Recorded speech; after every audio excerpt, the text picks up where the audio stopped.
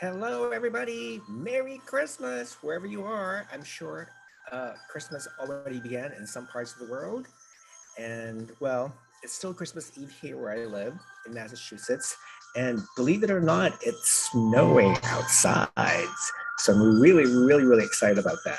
So we're just waiting for people to come in and join us in the live chat on my YouTube channel.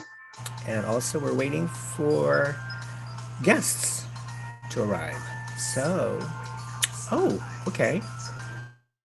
I think we have our first guest, Peter. We're gonna have Peter.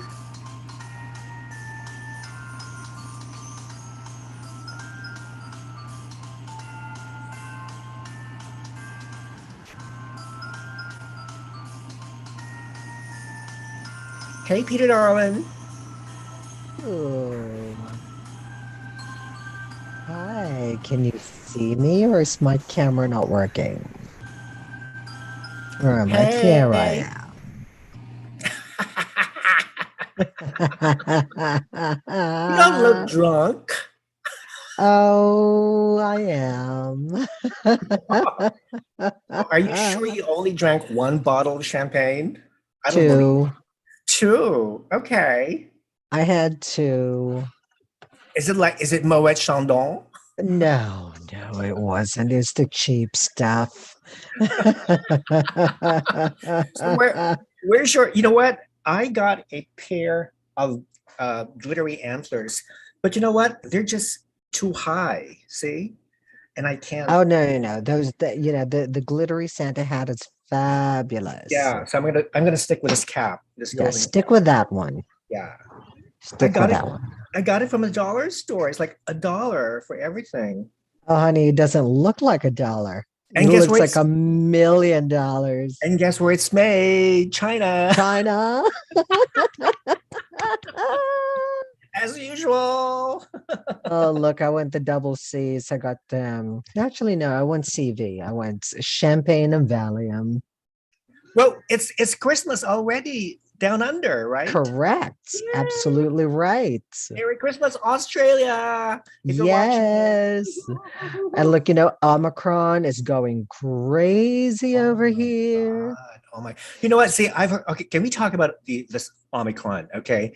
Okay. I've been reading a lot of medical studies by scientists and doctors, and I would say most of them would agree that Omicron is really not that dangerous. I mean, Right. because I Right. think the level of Omicron related sicknesses in South Africa has went Low. down. It's Correct. very low. Correct. So it's So just one of from those what things I've heard and what I've read, it is highly contagious, but it's not as, I as deadly suppose, as the original COVID deadly as 19. Delta. Yes. Um, but I think it's the whole unknown about it all. So we have our governments, our state borders here just closing up. All of the flights have canceled. I've had to cancel my flight to celebrate Christmas with the family. So this is the second Christmas that I won't Oh, be celebrating with the family. yeah. I do miss them, but you know what? It's the age of Corona. So what can we do? Yes. Yeah. Well, I guess you celebrated all by yourself and with your dogs. That's it. With the dogs, absolutely. Yeah. Okay. Yeah. So So this is my what first. did the dogs have for like Christmas dinner? Oh my goodness, they had everything they wanted, everything they touched, they got to eat. And I've discovered that Tilly and Jubba absolutely love dried apricots. So I've been giving them a few dried apricots. I've been snacking on it. Okay. Yeah. Well, you know what? My Willow, who's lying in the couch, she loves apples, Oh yes. carrots, cherry Hmm. tomatoes, Yes. cucumber. Yeah. What else? And All the sweet stuff. the sweet and also sweet potato. Dogs love sweet potato. Yeah, they do. All the Yeah. sweet stuff. They love it. Yeah. They love it. Yeah, it's No good Valium for for them though. Valium not for no mommy Valium. only. No Valium. I think dogs by nature are happy. I Yeah. think they don't need drugs because they're No. yeah. I mean that's one of their best assets is that they're able to just be happy. you know, live in the moment. live in the Live in moment, the live in the moment. moment. So we're saying hello to everybody out there. So Hi. hi, it's Christmas already in Australia. Merry It's about Merry Christmas. Christmas, everyone. Well, I live in the States on the East Coast of Massachusetts, and right now I'm looking out the window and it's snowing. Oh, There's actually wow. beautiful snow falling on the ground, and this is our first snowfall Oh, this wow. winter. So Wow. I'm really, really glad. And also, I believe, well, it's only 9:06 in the morning, Thursday, Christmas Eve. So, so kind of bright and early, not like No, at 1 o'clock in the morning, Christmas Day. That's so dedication for you. that's right. That's right. Reading some of the comments on our channel. I believe Hector is saying Feliz Navidad. He's in Puerto Rico right now. Okay. So, Hector, why don't you join our chat now? Right. Why don't you sign up in Zoom For and goodness join sakes. us and show your Hector, if you're lovely, drunk, so am I. Come on, jump you know, on. yeah, come join us, Hector. Come join us. And then he's saying Feliz Navidad, Merry Christmas. Luke Stevens, hi, Luke. He says, hey, Rafa, Happy Christmas. MM says, present, as if you were in a Ah, class. Hi, MM. And then, oh, Luke says, you guys are drunk. No, look, I'm not drunk because no, I no, just had my Rafa's not cup of drunk. I coffee. am. Let's just get that Peter right. is drunk. Can't you tell the difference between the two of us? He is very, very drunk. Okay. Correct, Um, correct. oh, Summer from Crown Sisters. Happy Christmas, Peter, my love. Oh, Jan Michael says, Summer, where are you at? meow. Come on. Hi, Jan Michael. Hi, Summer. Yeah, Jan Michael, why don't you join us? Summer, what are you doing? Come join us. Whatever you're dropping, just drop it. For Join us goodness, to our Summer, chat. 5 minutes, 5 or 10 minutes. Let me see your beautiful Yeah, face. seriously, just say Let me hear hello. you. Let me hear that beautiful voice of yours. That Okay, let's imitate welcome her. to Crown Let's imitate. Sisters. Yeah. Do Okay, I'm gonna do it. I'm gonna do it. it, do it, do it. Hello, Ah, everyone. Welcome to Crown Sisters. yeah. You and I can never do it as good as Summer. Right. There is only one Summer.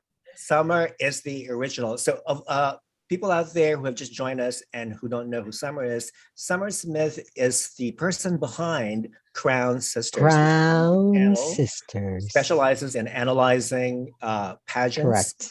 and she does incredible job editing Yes, she and does. writing her videos. And I think her latest release was the top 10 blue Blue gowns.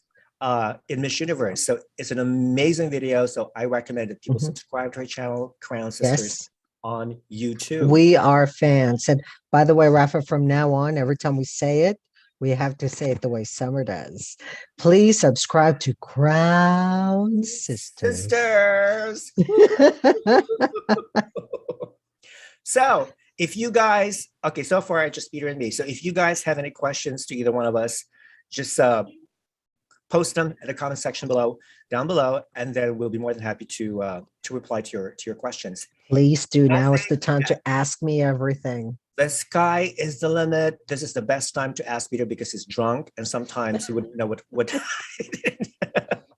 So you can either take him seriously or not. Okay, I'm not drunk. I'm very sober, so you can take me seriously every time. Right. Correct. Correct. Now is the time to ask me. I have no filter, no boundaries, not like before. Yeah. Now's the So time. so it's Christmas. Okay, well, we can. I mean, you and I are both Filipinos. We were raised in Filipino Catholic tradition, and I remember, when I was a child growing up, in the Philippines, Mhm. Christmas was always my happiest, my favorite time of the year, and it's basically it was a gathering of all the people that you love, cousins, being Filipino, being Asian, even though there are people who are not your blood relatives, you Uh-huh. still consider them as family, as your Correct. relatives. So that's why, I mean, when strangers come up to me, young people come up to me and I don't even know them, and they call me Tito Rafa, Tito Rafa. Like, what? I don't know you. Get away, get lost. But you know what? Now I understand. you know, I think that's one of the best things being Filipino is because everybody's your friend, everybody's your family, Mhm. everybody's your loved one. So Mhm. yeah, and of course, the gifts. I remember Mhm. My favorite gift of all was, believe it or not, and you're gonna hate me, an assault weapon. Oh, no, you I think didn't. I was about 8 years old, and I told my mom, "Can you buy me that? I love, I used to play with guns, right? When I was a little Oh, boy. good Lord. So she got me this assault weapon. Well, it's fake, obviously, but it's one of those like little toys where you insert like a can of foam, and when you pull the trigger, foam comes out, right? I don't know if you remember that, but that was my favorite toy. So at one point, I would like just pull the trigger and shoot anyone with my assault weapon, and foam would come out. And I remember hitting. Well, we had at that time we had two maids, so it was so I was so horrible as a child. I'm telling you. So I started like pulling. I started shooting everybody, including the two maids. Was awful. It was just awful. But that was my favorite toy. Okay, and I also remember. Oh, I got a set of, because when I was a child, I had a lot of big dreams. I wanted to be a doctor, so my parents gave me this set of medical toys. With a stethoscope and fake medicine and whatnot. But my sister was jealous, right? So she grabbed my fake medical my set, and then she started crying. No, that's mine. I want that. I want it. I want, honey. This is mine. Okay, you have your toys, and I have my toys. I'm not going to share my toys with anybody. Okay, so you play with yours. I'm going to play with mine. So, and then she just started crying and crying and crying. And my parents, of course, looked at me. Listen, this is your sister. Okay, she's younger than you. You should be able to share your toys with her. All right, whatever, girl. Here, you can take it. I don't want it. It's like sleep with one eye open before I cut you up and perform surgery at you in your sleep. And another one, oh, I know. Did you play with Lego building I blocks, with Lego did. blocks? Yes, I did. That This was is back another in one. our generation when we used to have toys, not Yes. computers, not iPads, not phones. We played with toys. Hmm. Oh, okay. Yeah. Okay. Uh, Right. did you have guns? We did. And Okay. actually, unlike yourself, Rafa, at 8, I was shooting real guns. So that was what my dad's idea of fun was. Let's go to the shooting range. Okay. And I will never forget this. His whole reasoning was, what if your mom and I got caught? We're kidnapped or we're put into hostage, then it'll be up to you. So here I am thinking, right, we've got to learn how to shoot so we can save mom and dad if something happens. And I look back at this now at my older age and thinking that is the most screwed up thing that you could do to your kids. Learn how to shoot just in case mom and dad gets taken into hostage situation. What the hell? This is well, exactly. This is what I mean, because even though a lot of people wouldn't want to have like real firearms at home, but when you live in the boondocks, when you live in the country, when you're all by Like yourself, I especially, do. yeah, especially if you're a woman, especially, very, very dangerous for a woman to live by herself, or even an Mhm. old woman, an old lady. You have to have someone to defend yourself. And having a dog, okay, it's not enough. Okay, it Mm. doesn't matter how many German shepherds you have to have a firearm. An assault weapon is the best, because it will guarantee you, before they killing you, you have to kill them You first. kill them This first. topic Oh is my so not very god. Christmassy. Oh why, my god. I was thinking that why same are we thing talking about right like now. guns and firearms on Christmas Day? But you know what? This is reality, because anything dangerous can happen every day, and that includes Christmas. Okay, so Rafa, guns. my assault weapon is a big pink cricket bat right next to my bed. So Okay. if someone comes in, it's not a gun, I'll be smacking them upside with a big pink cricket bat. Okay, so from guns to dolls. Right? Okay, I played with dolls, and of course, I don't know of any. gay boy who did not have Barbie doll in his among his toys. I had like 3 or 4 different Barbie dolls when I was growing up, and I used to dress them up. I used to tease their hair. I mean, for some reason, I remember I think I had 2 blonde Barbies and 2 brunette Barbies.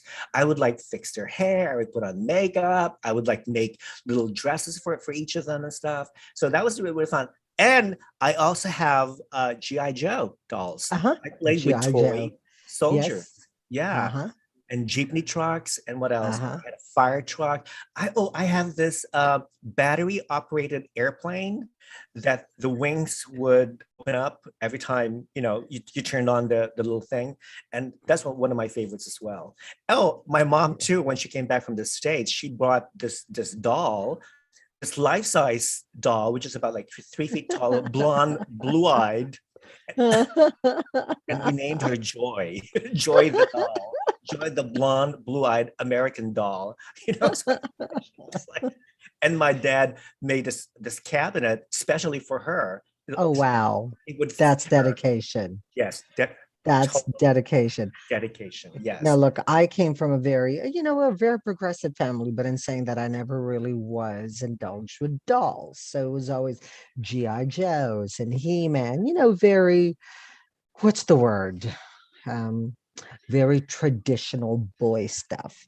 Although my dad was very cool when it comes to buying us toys. We always had the best toys, but it was always boy toys. So Mhm. I never really got to indulge the same way that a lot of other gay boys did with dolls or Barbies. Although 8 years later, my sister came along and she became my living doll. So when you're talking about teasing hair, doing the makeup, my poor sister, she must have PTSD right now because of everything that I put her through. There are photos of me, with the blankets, putting that around her and designing gowns for her and doing photo shoots in front of my sleeping dad. In fact, I'll post it on one of my Instagram stories tomorrow. Yes, I would Um, love to see them. Yeah, yeah, my definitely. sister was my first ever pageant girl. Oh. She has never competed at a pageant. God forbid she ever will. Um, but I think this is probably the reason why I got into pageants because I never had Barbies. Mhm. I used girls to be my living Barbies. Yeah. Well, it's never too late to join a pageant. You know what I mean? Who, my sister? Your sister. My sister to join a pageant. Maybe her kids. She's got two Okay. daughters. Okay. How old are the daughters?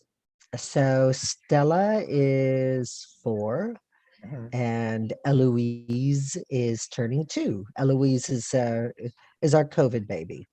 Okay. Do they live in Australia too? They live in Australia. They live in Okay. Australia. So all of them live in Sydney. I'm the only one who lives in Tasmania.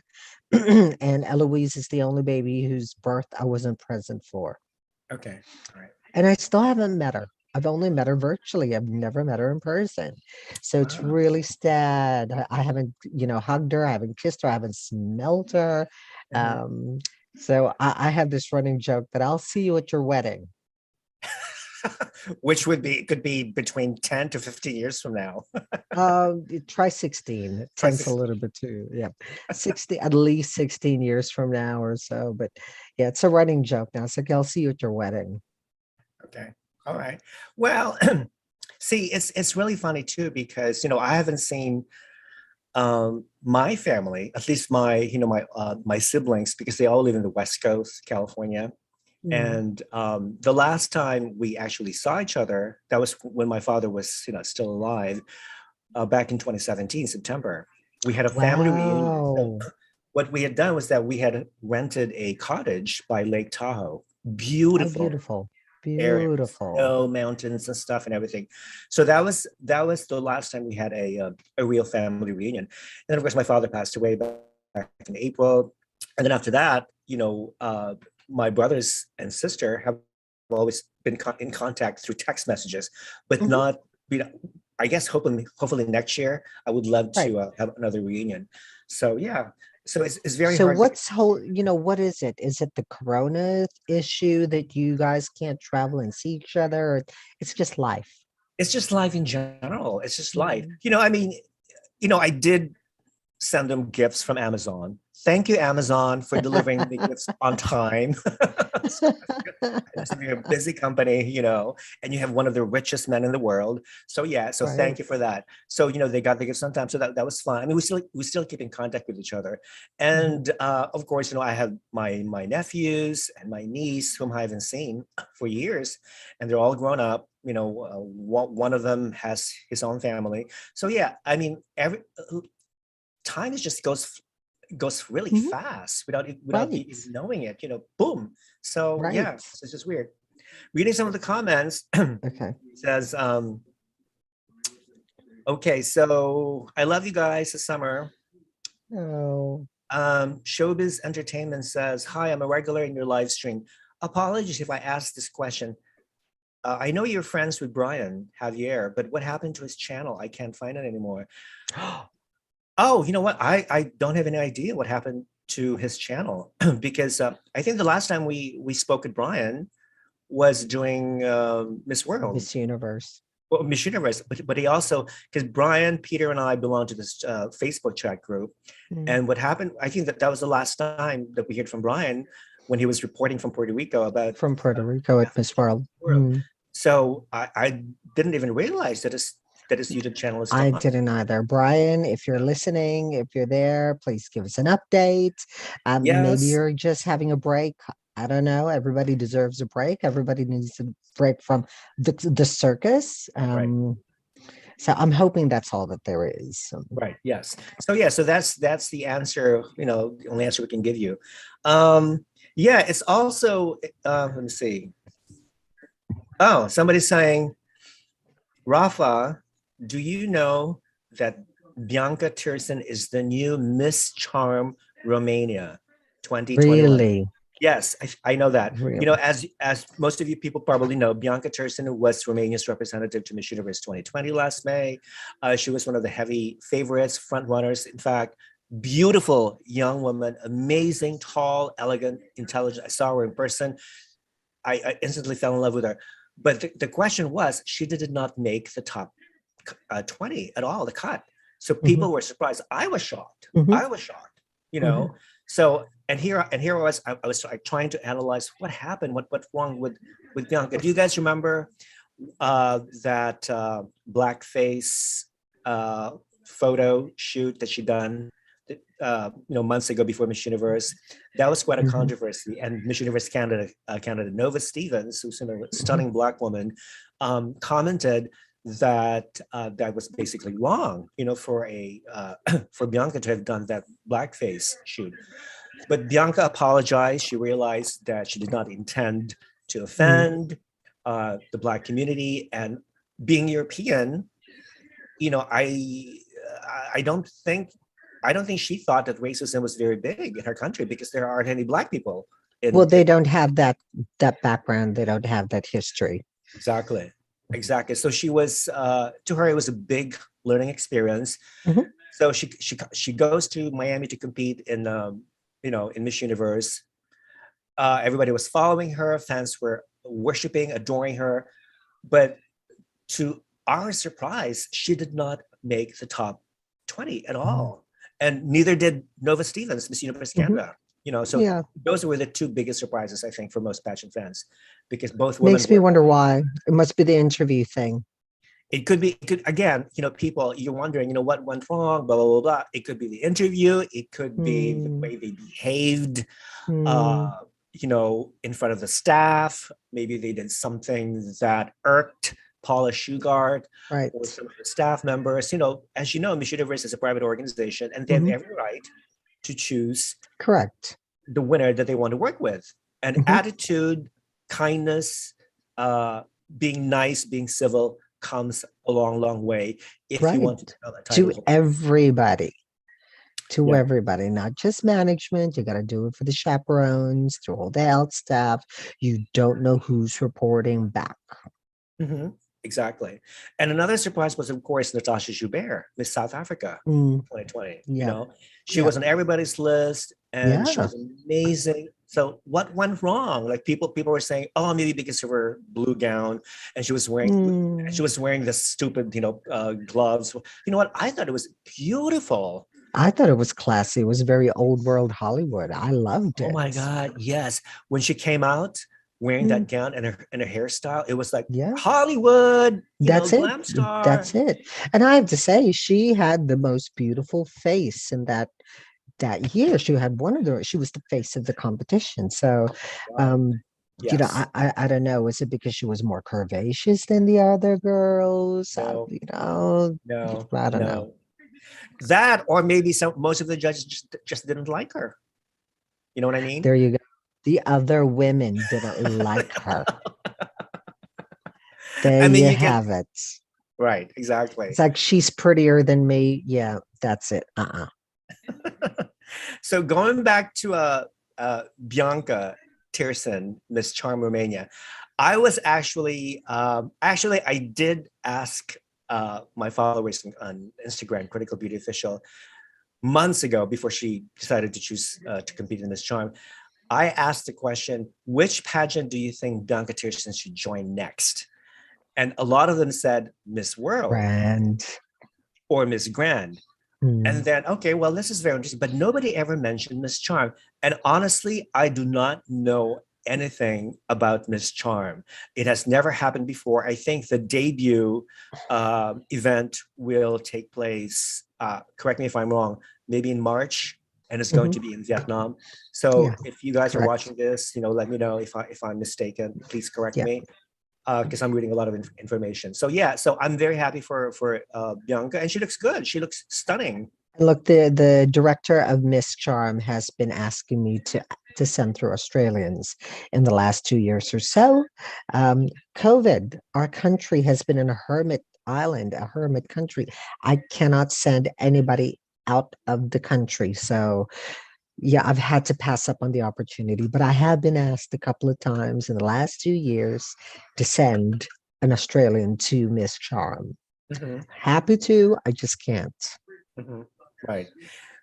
What about recruiting somebody, an Australian girl who lives in Vietnam? Can you do that?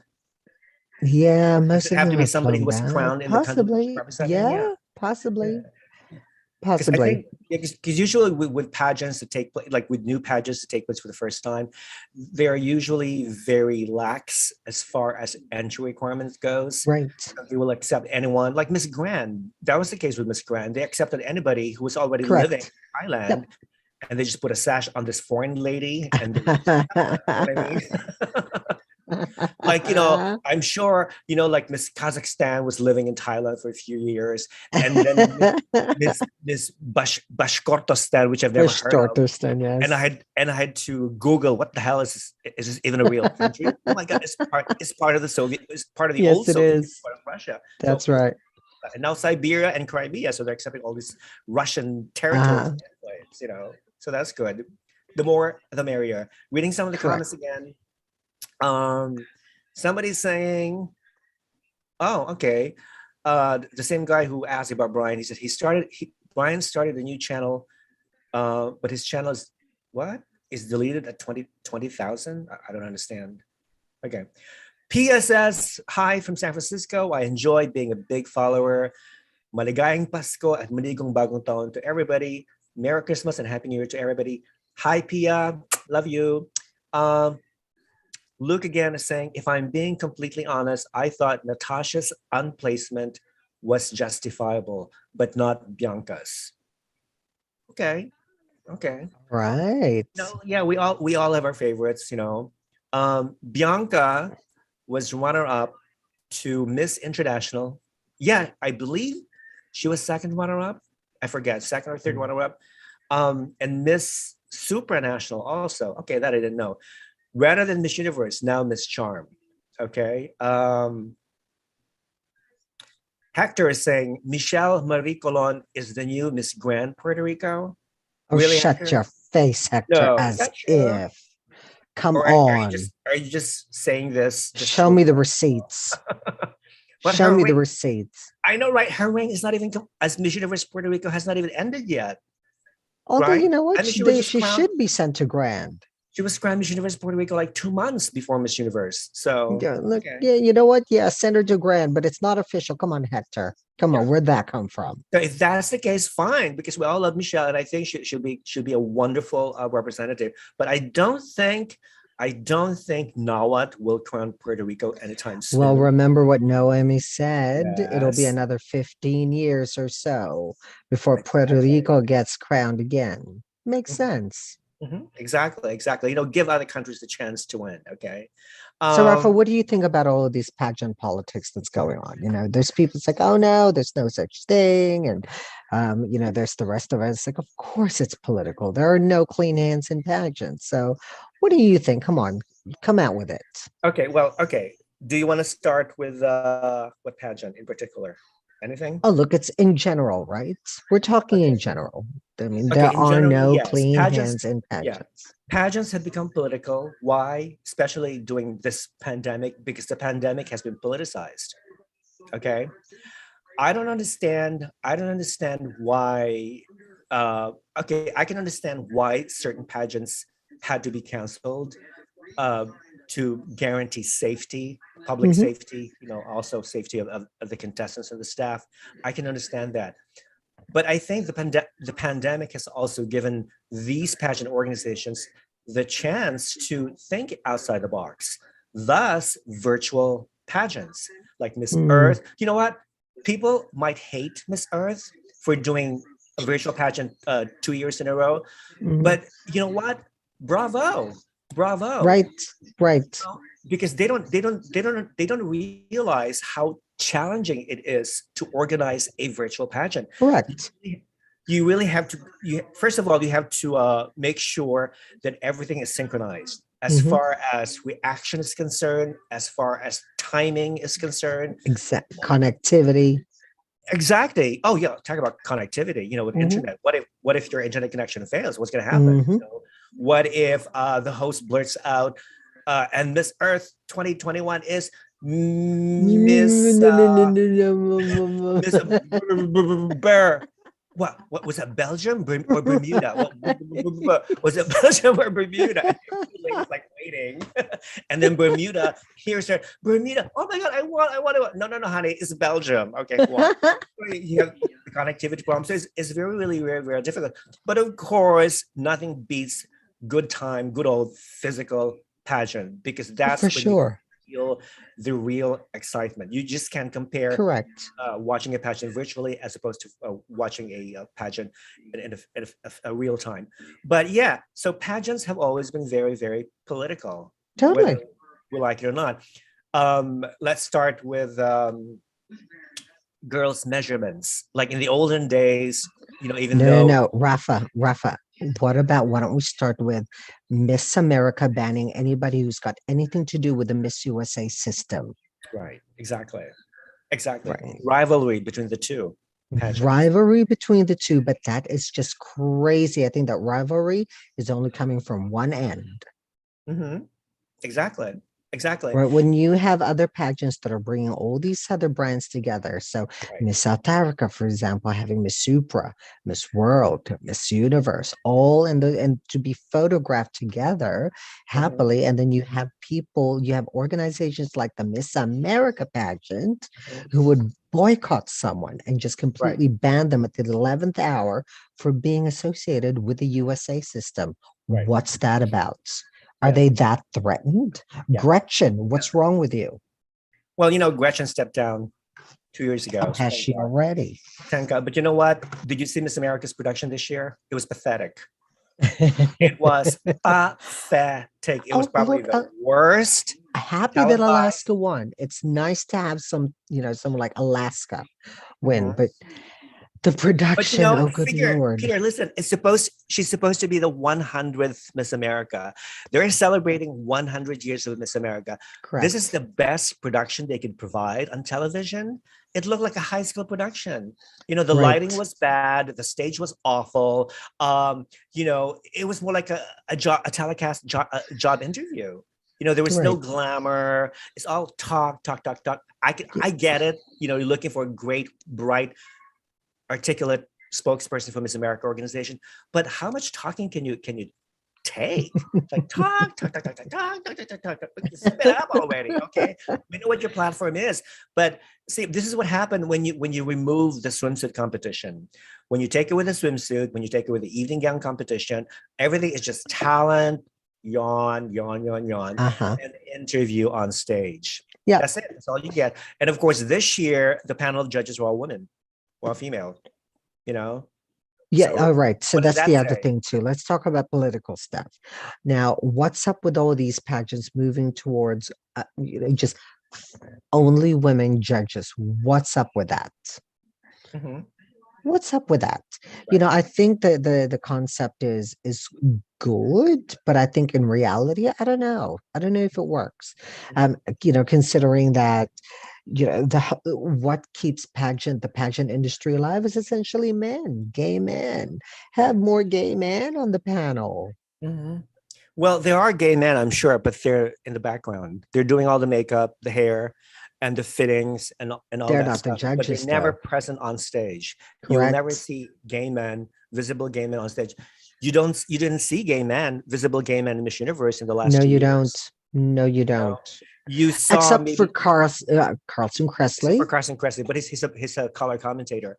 Right. You did see two gay men as part of the judging panel for Miss USA, which is good because we all know we love Crystal Stewart, and I think Crystal Stewart is doing a great job being the director of Miss USA. So that's awesome. But I wish Crystal Stewart would move her next pageant maybe at least 3 months before Miss Universe. Maybe move it Right. during the summer, maybe August, Right. maybe no later than September. To give the girl much more time. So You yeah, know what, Rafa, though, in saying that, Elle made was it Elle, or I Elle think it might Smith. have been Chesley who made this comment during Miss Universe that Elle never stopped competing. So, she competed, and competed and competed and moved on to Miss and kept competing. That's not a bad idea. Keep them in competition mode. Tell me about it. You know what? Okay, so we know that the Bahamas made the top 10. Right. Bahamas made the Right. semifinals for the first time in Miss Universe since the country started competing in 1963. So Yeah. Chantel O'Brien, my girl, my third Canadian queen, I love you. If you're watching this, Merry Christmas and congratulations again for you and for your country. But you know what? What Bahamas should do right now? They should keep the momentum going. They need Right. they need to aggressively recruit young women, young girls for Hmm. the next Miss Bahamas Universe Hmm. pageant. Keep the momentum going, and again, strike when the iron is hot. Take uh, Right. take advantage of all these opportunities. And Right. I'm happy. I'm happy for for the Bahamas. I'm happy for Chantel, and we need to really encourage young people, young girls, especially in countries that do not have a strong pageant tradition. You know, we, Hmm. we we need to educate the public that pageants have a lot of benefits, have a lot of Correct. advantages, for young women and young girls these days. So yeah, people, please, if you live in a country that does not have any strong pageant tradition, go out to the shopping malls, go out in public. If you see a beautiful girl, a beautiful woman walking down the street, grab her, kidnap her if you have to. Okay, and Don't then kidnap her. Please brainwash don't her. kidnap her. No, I'm Don't just kidnap kidding. her. But brainwash her into thinking that But pageants are going to be don't brainwash her either. okay. Talk to her, Yes, yes, that's so much better. convince her. Show her. Yep, use her powers to convince her to compete in a pageant. Right, What do you right, got right. to lose? What do you got to lose? Exactly. What's coming up with the questions? Any pageant questions out there for us? Okay, people. Yeah, send us some pageant questions, and I'll be more with Peter and I will be more than happy to read them and acknowledge your question. Okay, Ruel, comment from Ruel says, "This is the channel that I love to hate and hate to love." Ha ha ha ha. But I keep on coming back. Your pageant analyst reacts to Miss Grand 2021 finals live stream was the best I watched so far. Thank you, Ruel. You know what? We're going to surpass that video someday. Okay, but you know what? I was checking the stats for my channel, and lo and behold, that video that who I was referring to has the most number of views, Miss Grand Right? International. So people are talking about Miss Grand International. Yeah, they Okay. are. Yeah, they are. And yeah, so what we're gonna do, hopefully by the end of January, first week of January, uh, we're all coming back to analyze the best pageants of 2021. So if you guys have any ideas, what do you think is the best pageant from 2021? Miss Grand International, Miss Supranational, Miss Universe, Miss World, partly maybe. Uh, So should we even consider World because the finals never really took place? look, look, for me, it's between Grand and Universe. It is between Grand and Universe. That's it. It's Right. no other competition. Supra, yep. You know what? She's so beautiful. Probably one of the most It's beautiful queens amazing. ever crowned. Yes. In terms of production, in terms of the way that it was run, not even close. Not even close to Grand or Universe. Come on, let's keep it real. It's the only. It's going to be between Grand and Universe. Exactly. That's Exactly. it. Yeah. That's it. Yeah. So Mhm. I think that the voting that we need to, which will be really interesting to see, is what do you vote for, Grand or Universe? That Mhm. would be fascinating to see what Right. your fans would think.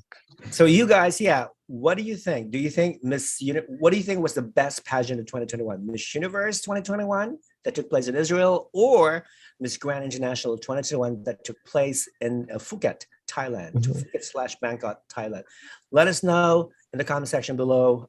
What do you think? What you guys think? Mm. And who do you think is the most beautiful title holder from 2021?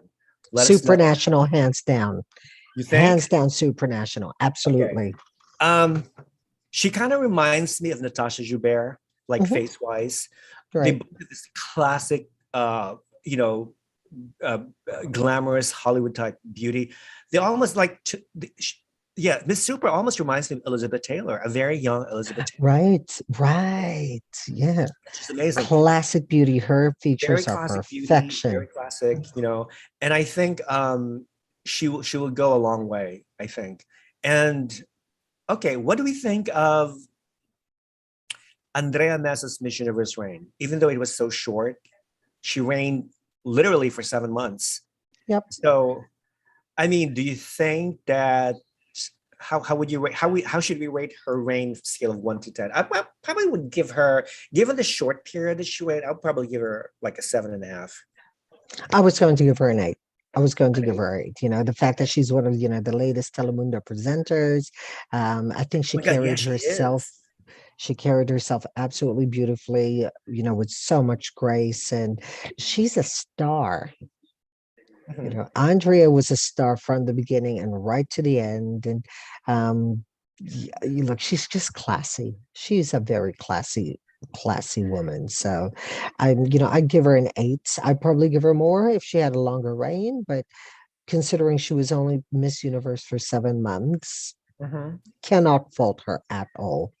Mhm. Cannot Yeah. fault her. You know Love her what? accent. I like the fact that she was able to promote her platform, which is HMV. stop gender-based violence Yep. and stop catcalls and whatnot. That was when the first time I saw the video. It was in Spanish when she was like basically telling the guys please stop catcalling women just Mm. because we're walking down the street and we look good and we're wearing the clothes that we're wearing.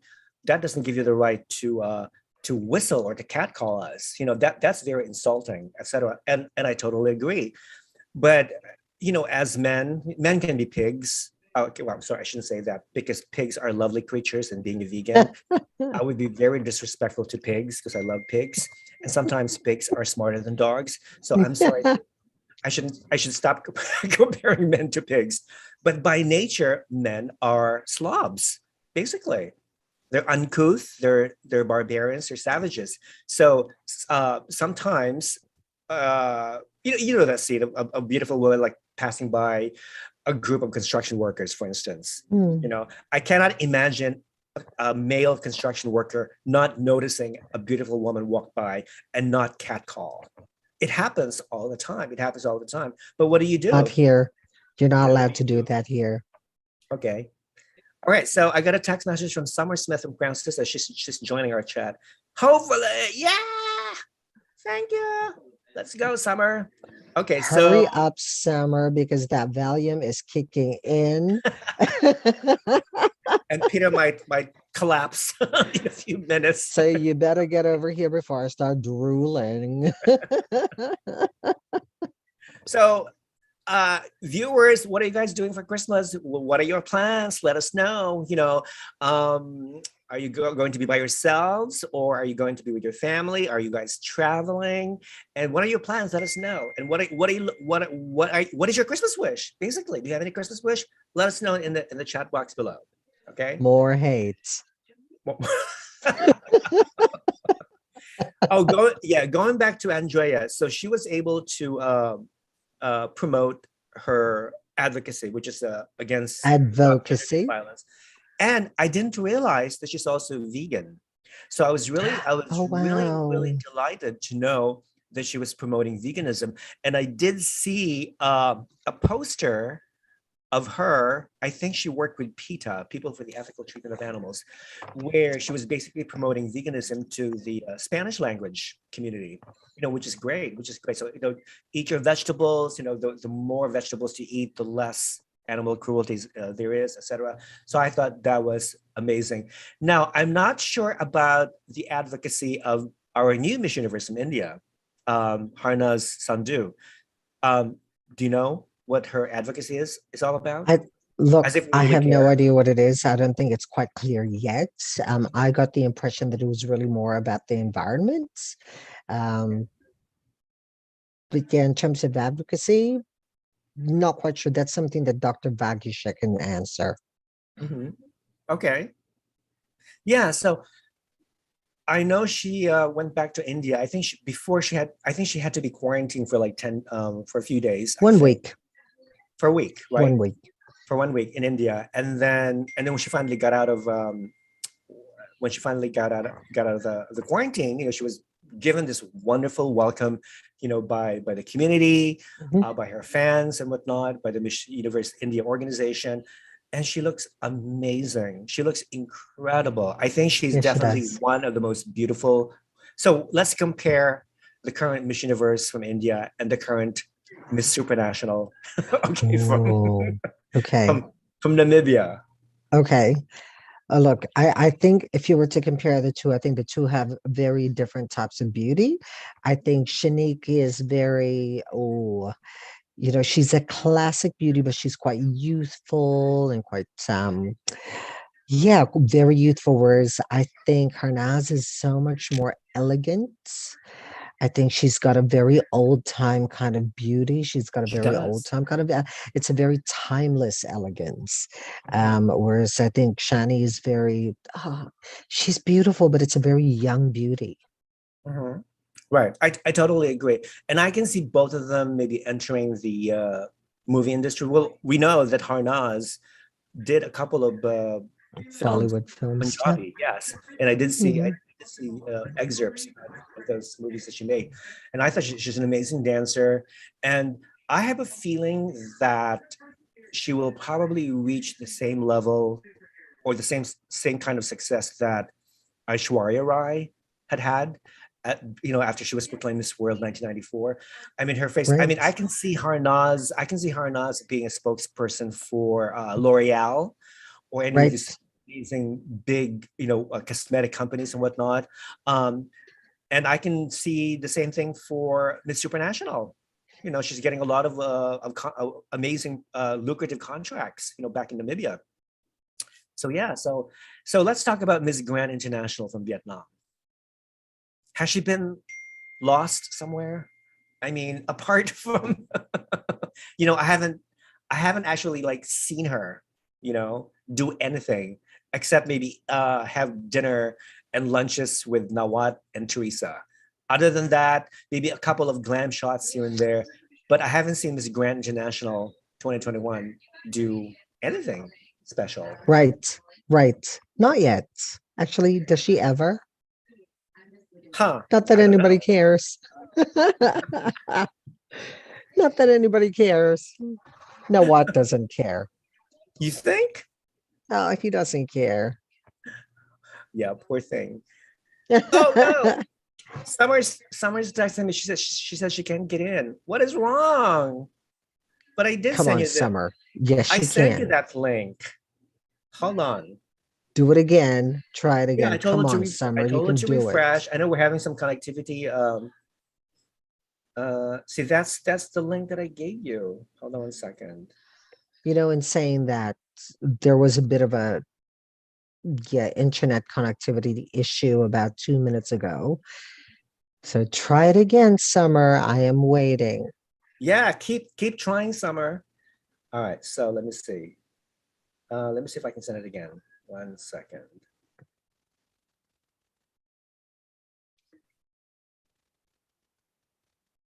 Oh, Peter, did you set up a Christmas tree? I did. You did? Here it is. Can you see it? Hold on 1 second. Let me just all right. Can you see it? Yes. Well, it's your little Christmas tree Yep, door. it's over the doggy door. Okay. Um, I have so many trees outside. I could not possibly bring another one indoors. So I put this one together and easy up, easy down. Okay. Well, do you see my tree in the background right there? There it Mannequin. It's my is. famous There it mannequin tree is. dress. Yes, You I know what? love it. I found this mannequin stand like 5 years ago, and I figured, you know what? I don't want to have a real Christmas tree anymore because it takes a lot of time and energy to decorate Mhm. a real Christmas tree. So I opted to decorate this beauty right here.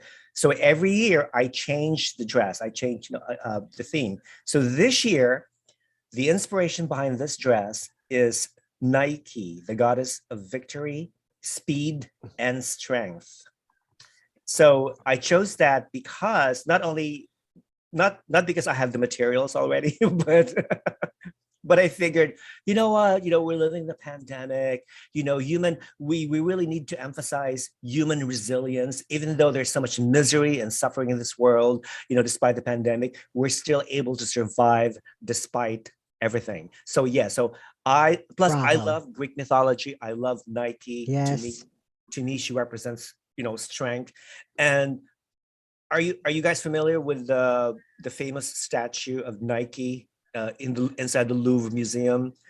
Nike's Nike, this beautiful statue without a head but just Without a wings. head. Mhm. Ah, it's to die for. I wish I could buy that statue, and I think it would look good in my living room, but I don't think Louvre would allow it. So, but it's one of my pipe dreams. But it's okay to have dreams once in a while. Look, now that like the volume is like full on kicking in, let me share something with you, right? Other Okay, than my okay. hate of the Chinese laundry platform shoes, which is like Let's not even talk about. Let's Please, Peter, don't ruin our chat with Christmas Chinese with laundry. Chinese laundry. My other pet hates are the gowns that come out at pageants and the meaning behind them. Who gives a shit? Well, I can understand costumes. Okay, Costume's fine, but costumes is gowns fine. is like I the don't red mind. sequin stands for the strength of women and blah blah. It's like, shut up.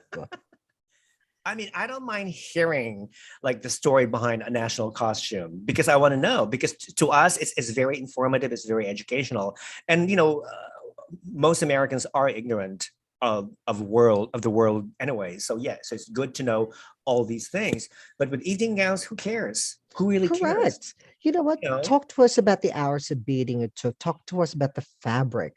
If Mhm. it's like an amazing new age kind of technology that they put into it, great. That's fascinating. I don't want to hear all of this, like BS about, Right. oh, the white stands for peace of mind and love. It's like, shut up.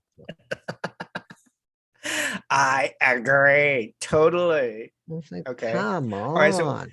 so while waiting for Summer, hopefully I sent her the link and hopefully she'll be able to get in. So reading some of the comments. Question from Seja Vu. Should the Philippines stop competing in Miss Grand International? Why? And by the way, I look up to you, Rafa and Peter. Thank you.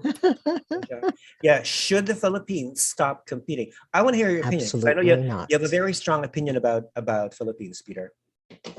I do. I do have a very strong opinion about the And Philippines. while you're speaking, let me take a sip from a glass of wine. Actually, no, this is not wine. This is apple juice, people. It's too early for me to drink alcohol. It's apple juice spiked with Cheers. vodka. Um, Absolutely not. I think the Philippines should continue to compete at Miss Grand. And, where there's a pageant, there's a Filipino. So I think we need to kind of maintain and keep that. The Philippines will win will win Miss Grand. At some point they will win Miss Grand. You just have to be patient. You just have to be patient.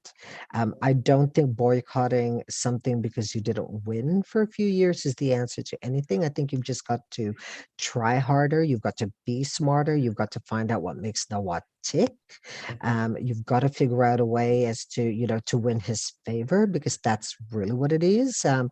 Give him the market that he wants, and you'll get the crown. So, um, be smart. Be smart. Don't boycott. Exactly. But you know what? Well, it's his pageant, so he can do whatever he wants. Mhm, That includes bending his own rules. mhm, As you know, I don't know if I mentioned this before, but Nawat has a specific type of beauty that he prefers. It's almost the same type of beauty that Osmel Souza has. Like tall, thin, mhm, curvy, but not fat. She has to have big hair, mhm, beautiful face, and a great catwalk, etc. mhm, And I was thinking, well, Miss Grand Philippines, Samantha Panlinio, was lacked two of these qualities. I mean, her height mhm, was a big impediment. mhm. And a lot of Filipinos too would agree that she was sent to the wrong pageant, you know. And but then you wonder, well, I thought height does not matter anymore. As Mm, long as the girl is able to project herself, she's able to it's all about the attitude. Because I remember mhm, in Miss Universe back in 20, was it 2010, 2011, Miss L was it Miss Guatemala? She was one of the shortest girls. She was like less than 5 feet 5, but she mhm. made the cut. She made the top Correct. 10. So it's really not height. But then again, it really depends on a combination of what the judges are looking for, what Nawat is looking for, and Yeah, what he thinks is best for his brand. So it's all about, correct. yes. Correct. It's kind of like, if you're going to send a girl to Grand, it's like sending a girl to World. You've got to know how Julia thinks. You've got to know how Nawat thinks. It's not, it's not just about the pageant. It's really endearing yourself to the owner of the pageant. So I think it's super important for whoever is handling the Miss Grand franchise in the Philippines to really get into Nawat's frame of mind, Nawat's skin, really networking with him and having a closer relationship with Nawat. And kind of getting it, in that way. Exactly, exactly. Yeah. Yeah. So who knows? Maybe Nawat will be more accepting and more tolerant of other types of beauty next Mm, time. But I really wish, though, that he would be less sensitive because he's a very sensitive person. He gets very emotional easily. And I don't think that from a professional point of view, it's not good. It's not always healthy to show bursts of emotion, be it doing a live feed on Facebook or YouTube or whatever. It's just not good. And when I compare him, let's say, with Donald Trump, who used to own Miss Universe, I mean, Donald Trump could be very temperamental, but he was able to, but he never Step really, back. yeah, He exactly. He actually stepped stepped back back. Yep. and he just allowed Paula Sugar, to take care of all these problems, within the organization and But whatnot. you know what? This is So what makes Grand so special. That the owner, it's himself, is the attraction. he's a drama queen. Absolutely. This is one of the reasons why we watch Grand. Let's see what Nawat's going to come up with next. So he is as much of the star of the show as the queens are. And this is what we love about the pageant. And it's what sets him apart from the other directors, from all the other owners. So I actually am very appreciative of it and I would celebrate that. Because You met he him in keeps person. You us met him in person, right? I've met him Yeah. in person. Have you He's spoken very to him at all? sweet. He was very sweet. Yeah. I found Nawat very sweet, Okay. and it's and in saying that and this comes as no surprise. When you meet Nawat, it's never about you. It's always about Nawat. So you go and meet Nawat, and I'm like, "Did you like my show?" It's like, "Yes, we did, Mr. Nawat. We loved your show." Excellent. So it's always about Nawat, Right. and that's fine. That's absolutely fine. I think once you kind of get to know that and you're a director and a franchise holder for Grand and you celebrate Nawat, you're halfway there. Mhm. Yeah, I did meet him in person during the Las Vegas pageant back in 2016, and I thought at first my first impression of him was that he was kind of he looked very strict, like a very strict father almost. Right. But then again, he started, warming up to the vloggers, to the reporters, to the fans and Mm, whatnot. And I was able to take a picture of him and I together on the red carpet. So I thought that was I was, and I don't know what mm, happened to that picture. I was looking at my archives and I couldn't find that picture. I know maybe I deleted it by accident, mm, but yeah, there was a picture of us together. And yeah, he was just like I think that's one thing that I would love to see him less of, his emotional, his mm. sentimental, his Yeah. very sensitive side. Yeah, I think in terms of the strictness to Rafa, you've got to also remember that when he was in Vegas, that was the same year that the king died Mhm, in Thailand. So I think they had to be very careful with the way that they presented themselves at that time as well. mhm. Exactly. So reading some of the comments, let me see what's happening here. Um, okay, so we have Kashinadan who's asking, what is your opinion about Miss Supranational India 2022, Ritika Katnani? She was runner-up to Harnaz in Miss Diva. Mm, This girl is phenomenal. yeah, She looks amazing in her, yeah. well, at least for the most part, in Instagram photos that I've seen of her. She looks gorgeous. Mhm. But you know what? Supranational, India has won Supranational twice already. So I don't know, even though India is sending another strong girl in Mm, 2022, I doubt very much that they will crown another Indian girl too correct. soon. You know, Yeah, I think they might consider crowning other girls besides India. I wouldn't be surprised if India wins first runner up in 2022, but as far as winning goes, it's going to be very tough. Let me correct. see. Um, Summer's still trying to get in. well, she said, okay, so I told her, use your iPhone instead, and just to no avail. Well, why don't you just use the chat room, Summer? Just just keep chatting and we'll read out your comments. I don't know what's wrong, but this is the Zoom link that I gave everybody, to enter in. So other comments, let me see. Nawat is just threatened by Miss Charm. Oh, Says wow. Aina What? Pegasus. I never thought about that. Is that the director, Miss Charm, who wrote that? I don't know. Do you know who runs? Does anybody know who runs Miss Charm pageant? I have no idea. All I know is Yeah, yeah. that Actually, it's on my phone, which is in my room. So, I have absolutely no clue. And what is the he's a what is the Vietnamese guy. platform? Does Charm has any platform? What is the platform to spread charm all over the world? What is that? So, I'll send you through the prospectus when I'm not so volumed oh out. yes, it's like what is the prize package? If somebody was Miss Charm, what is the prize package and stuff and It's everything? pretty good, actually, from what I've read. Okay. Sages, that's not your wall tree, Peter. Laugh What? emoticons. Followed. Okay, this is a good question. Can you explain how the both of you first got into pageantry? Ah, okay. Peters, go.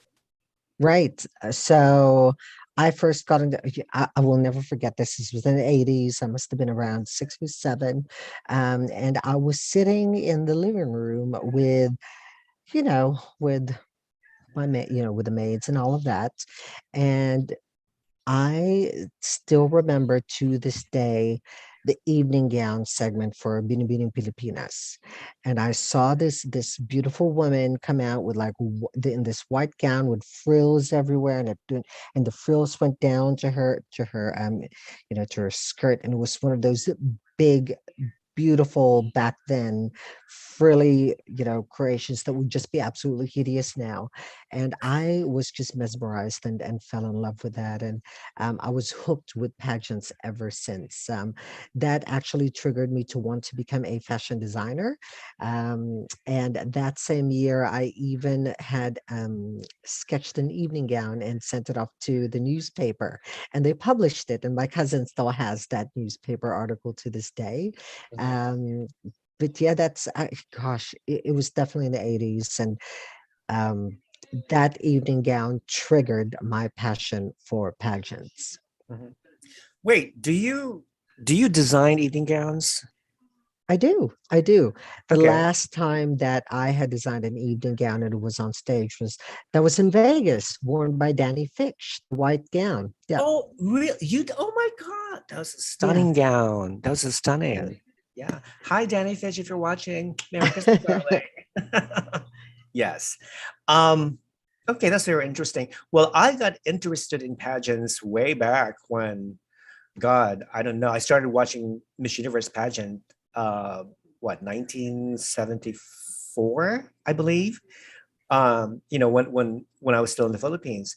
And okay, you guys, you can calculate how old I am just based on that. So, but yeah, so that's when I started watching, and I used to remember, I remember buying a stack of pageant cards. If you're a big baseball fan, you go all the way to purchase baseball cards. Well, back then we had those pageant cards. So all of the contestants of Miss Universe 1974 had their own uh, pageant card, Miss Universe card. So I collected all of them, and I made my own Miss Universe crown, made of cardboard, and I had used sequins, and I'd used glue to stick all the sweet sequins, in on the crown, and I made my own sash, and I would like walk, I would like sashay down in the neighborhood, and people would look at me funny. What is this, like, little kid doing there? And so, that was the beginning. And then when I became an adult, when I moved to the States, I got involved with the state pageants with Correct. Massachusetts, Yeah. and that's when I started coaching young women. And I thought I think the most amazing part of being a pageant coach is being able to assist a young woman pursue her dream. In other words, um, giving her a helping hand to lead her the way, so to speak, to help her reach her destiny. Again, it's all about the journey. It's not so much so as the destination, but it's the journey. I mean, she and I both learned along the way, but of Mhm. course, winning is always great. So yeah, but I've never stopped ever since. And then I segued to uh, building my own website and Mhm. my social media and whatnot. So there isn't a day that goes by where I really don't think about pageants. Correct. It's just a Correct. very essential part of my life. That's it. Yeah. I think the And it's because beautiful of thing pageants about I met our you, Peter. It's Yeah, because look, of I think pageants the that I met beautiful thing you. about our journey and about our progression here, we all started off as fans, then became, coaches and experts. And, Mhm. you and I had first met at the dawn of the internet, when we had first started to connect there. And it was such a small niche community. I remember it was, yourself, who else?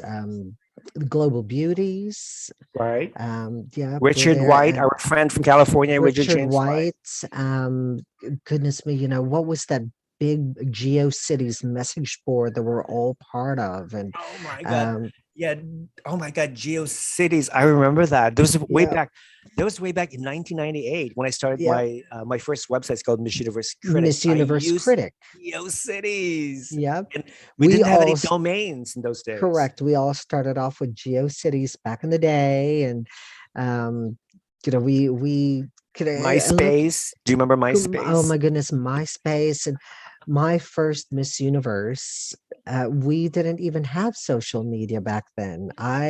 Even though we had emails, I relied on our friends who were there and who were watching to keep me updated to see how Jennifer was going. So I was getting the updates as real time as I could. Nothing like what we were doing now, but those were different times and there were exciting times, and those of us who have kept in touch and who have pretty much continued to pretty much are still going strong.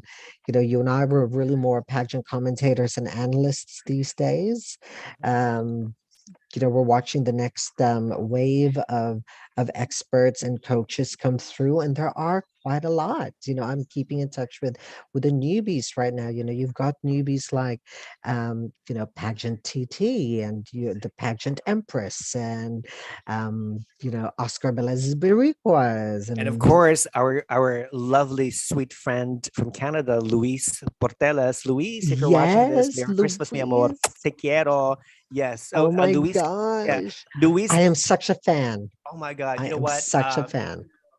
If you guys don't know who Luis Portelas is, check his channel on YouTube. He's an amazing. He's actually Cuban, and he moved to Mhm. Canada when he was young, and he lives in. I believe he lives in Montreal. So I started following Luis like 8 months ago. So his first two videos, I thought this guy is amazing. He knows exactly what he's talking about. Yes, it When I does. when I compare him with other younger pageant vloggers, oh my God, like where have you been? I've been like looking for you and stuff and everything. So I sent him a direct message via Instagram months ago.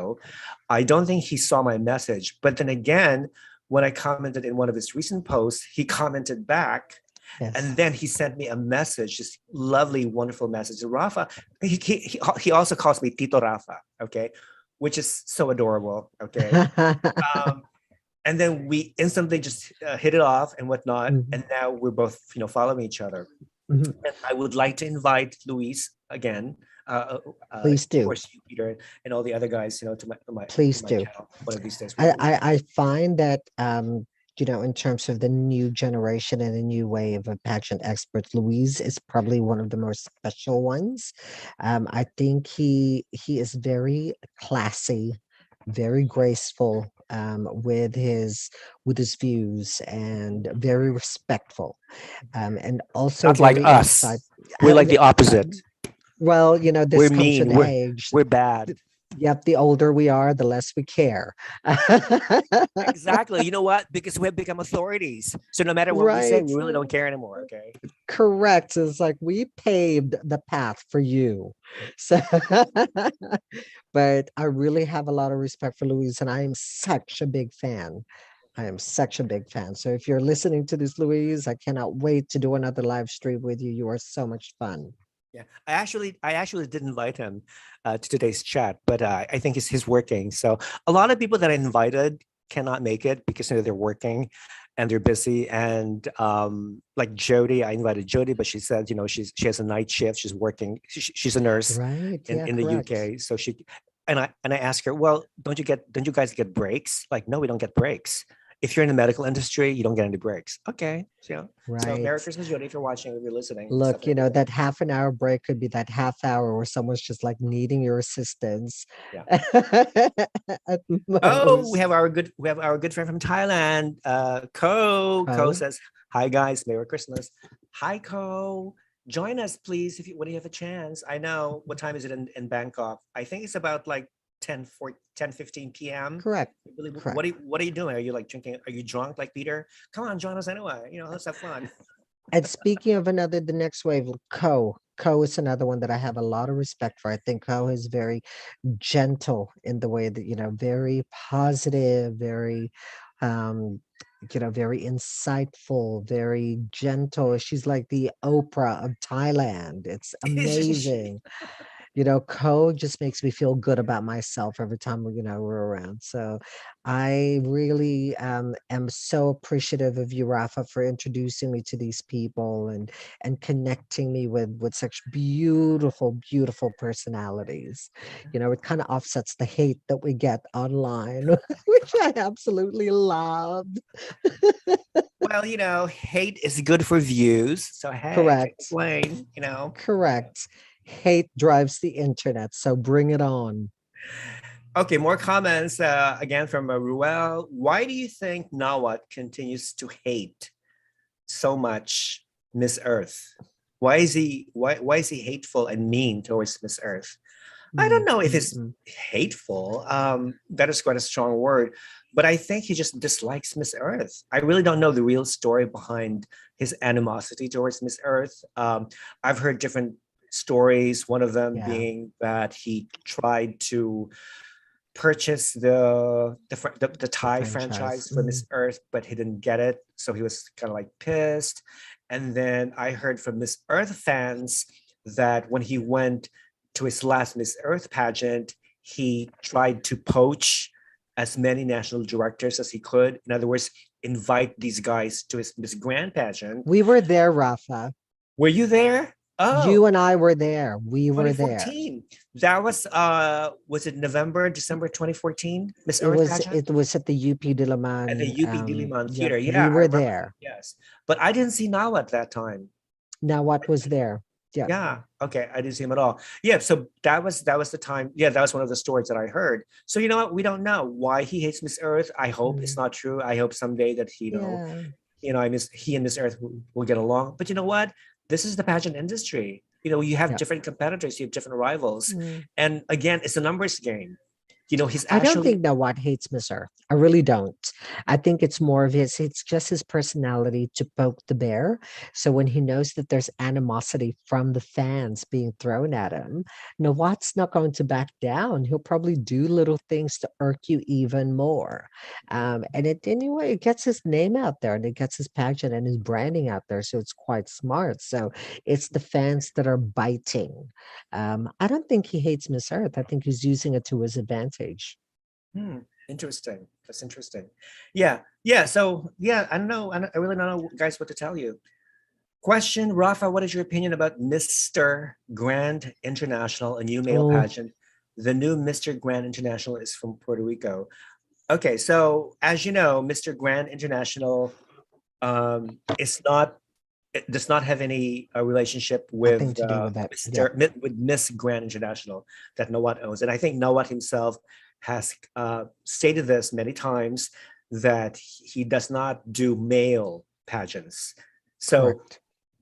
The original Mr. Grand International was actually founded by a Filipino who I think passed away, I believe last year. And there are actually two Mr. Grand International. One, which was originally organized by a Filipino, and another one, which is organized by a Brazilian, I believe, in Brazil. So there are two competing Mr. Grand Internationals. So the one who won Mr. Grand International from Puerto Rico won that edition that is owned by Brazilian. So there's this conflicts going on between the two different groups. So the You problem mean like the is two Miss Supranationals? right. So the problem is with both organizations is that both are riding off the coattails of Miss Grand Miss International. Grand. Hmm. Okay. So the first time I heard about a Mr. Grand International, I said, this can't be true. When did Nawat start producing male pageants? This cannot be Hmm. true. So I did some research and I found out that it was organized by a Filipino guy. Um, so my instant reaction was that, okay, well, this guy obviously is riding off the coattails, is taking advantage of the trademark of Miss Grand International to create his own male pageant. So to me, that was Hmm. a big red flag already. So I didn't even encourage anyone to join this pageant because it's bogus. So it's the same Hmm. thing with the Brazilian version. So yeah, that's my opinion about Mr. Grand International. Why did Thailand resigned as Miss Interglobal? What That is a the ratings great be? question. You I wish know, Co was yeah, I here. wish Co is watching still because Co is the Thai national director for Miss Mm. Interglobal. From what I've heard, was that the original winner from Thailand. What was the story? Oh, that she failed to follow her contract, and that she basically took advantage of her title to, I guess, advance in life, so to speak. And that really pissed Doesn't off. everybody? Well, yeah, that's true. That's true. So that's why she opted to resign. So the new Miss Interglobal is the first runner-up from the Philippines. So if Co was here, she would probably be able to explain. But anyway, I think she mentioned about this in her Instagram. So follow, if you don't follow Co, follow her on her Instagram. It's Kofanasa, Mhm. Kophanasa, Kofanasa. Mm. And also she runs KP1 Worldwide, both on Facebook and on YouTube. So she'll Mm. give you a more consistent explanation for that. Why did okay? Hold on. What? Okay, what is Luis's Instagram? I think Luis's Instagram is Luis Porteles. Portelles. Luis Porteles. Um. Okay, Rafa, how did you get so well connected among pageant experts? Oh, because I chased them. I chased them, and they chased me. You know, Right. simple as It's that. because you've been around since Moses. Exactly.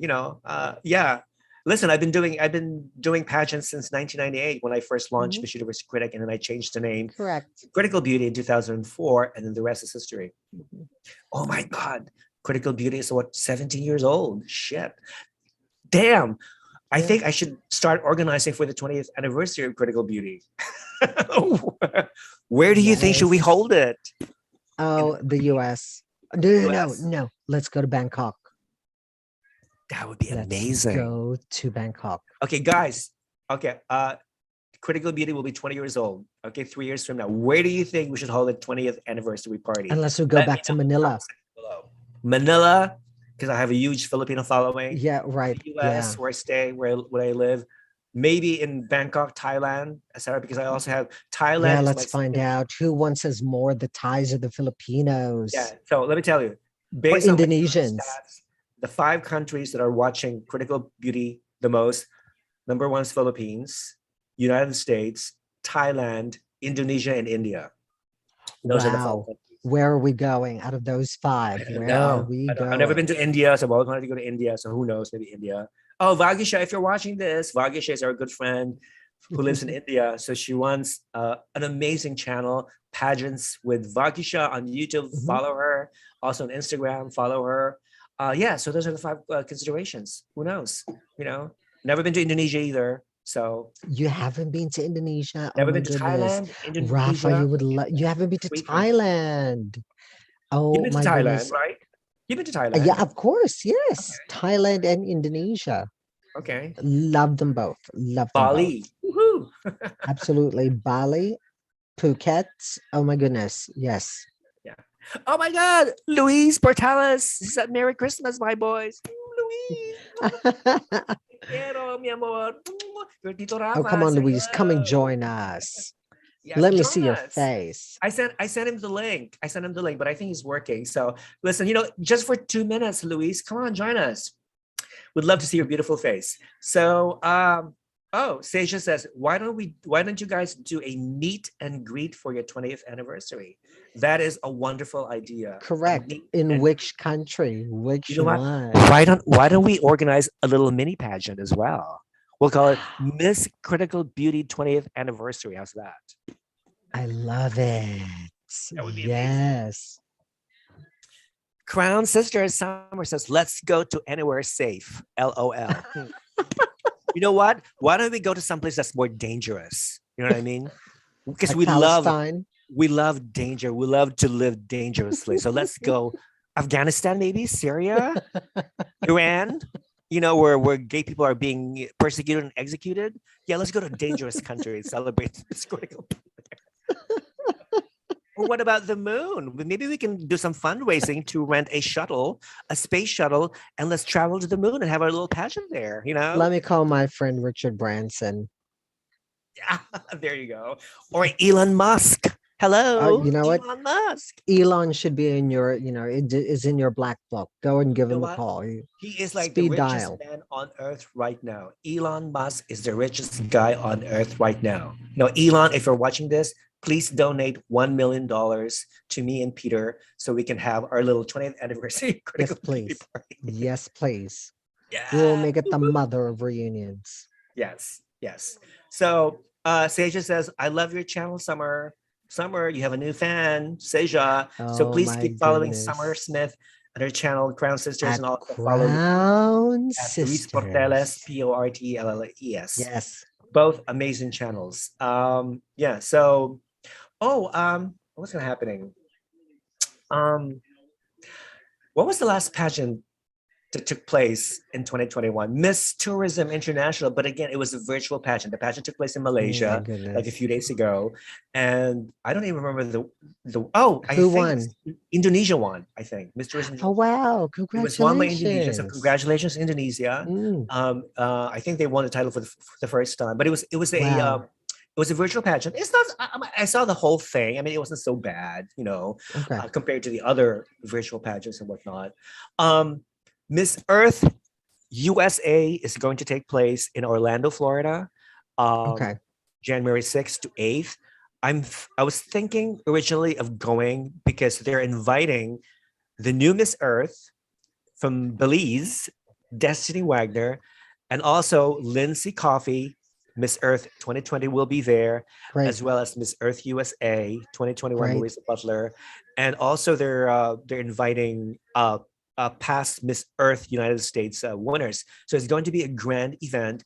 So I originally Wow. wanted to go there, but the hotel where the venue is going to take place is all booked up. So there's no more rooms available, and I don't want to stay in some crummy hotel miles away, from the venue. So as much as I want to go, I opted not to go because of that inconvenience. Um, Right. so yeah, I mean, traveling is okay because they don't require passengers, for Mm. vaccination passport and whatnot, which is great because Florida is an open state.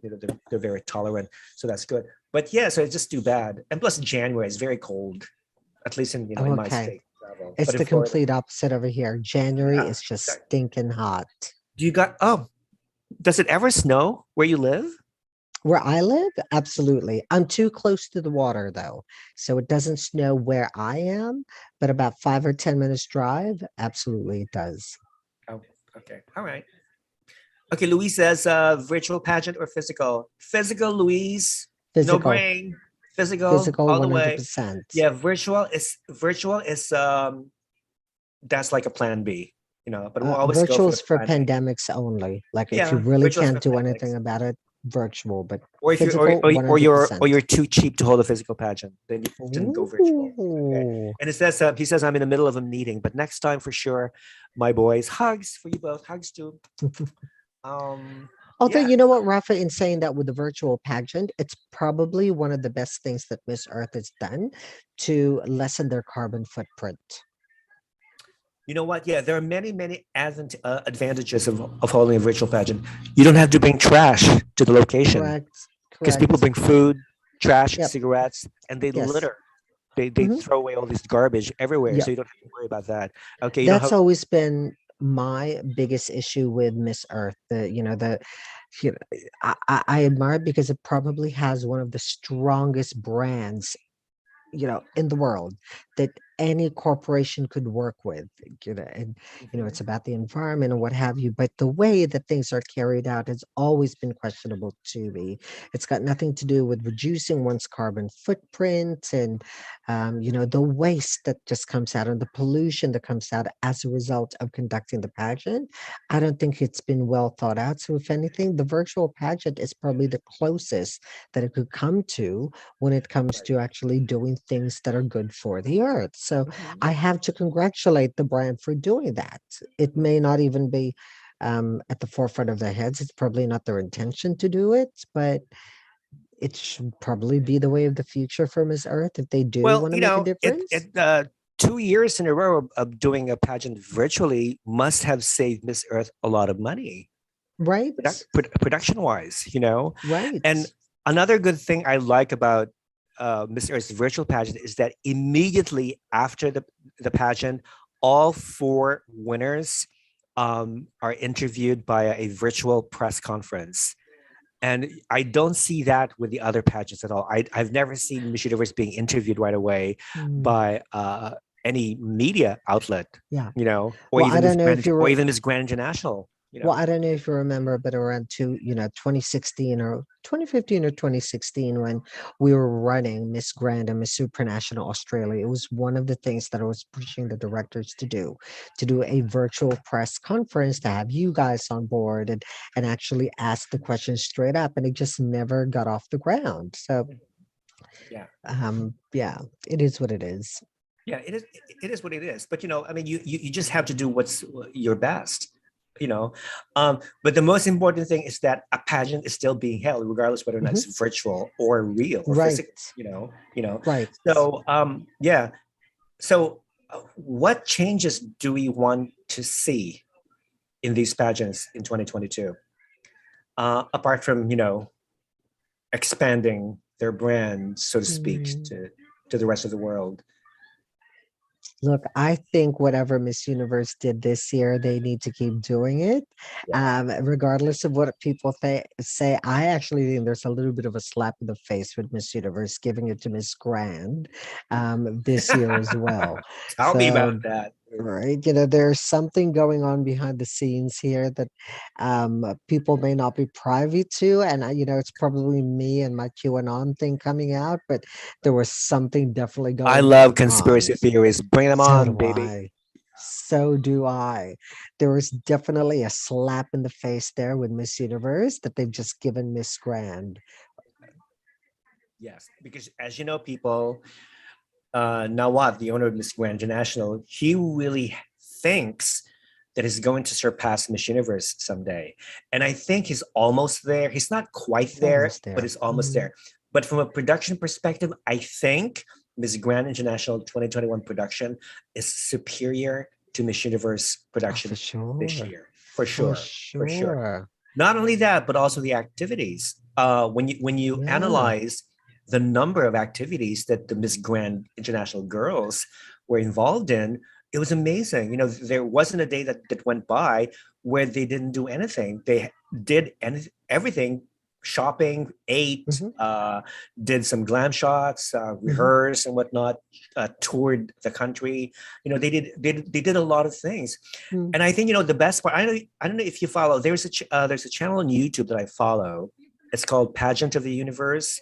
Uh-huh. It's run by a Thai guy. Okay. Oh, Yeah, he uploads all this behind the scenes. He yeah. recently went. He recently returned from Israel, where he covered Miss Universe, and I just saw amazing behind the scene footages of Miss Hmm. Universe. The girls. They were like chatting with Hmm. each other.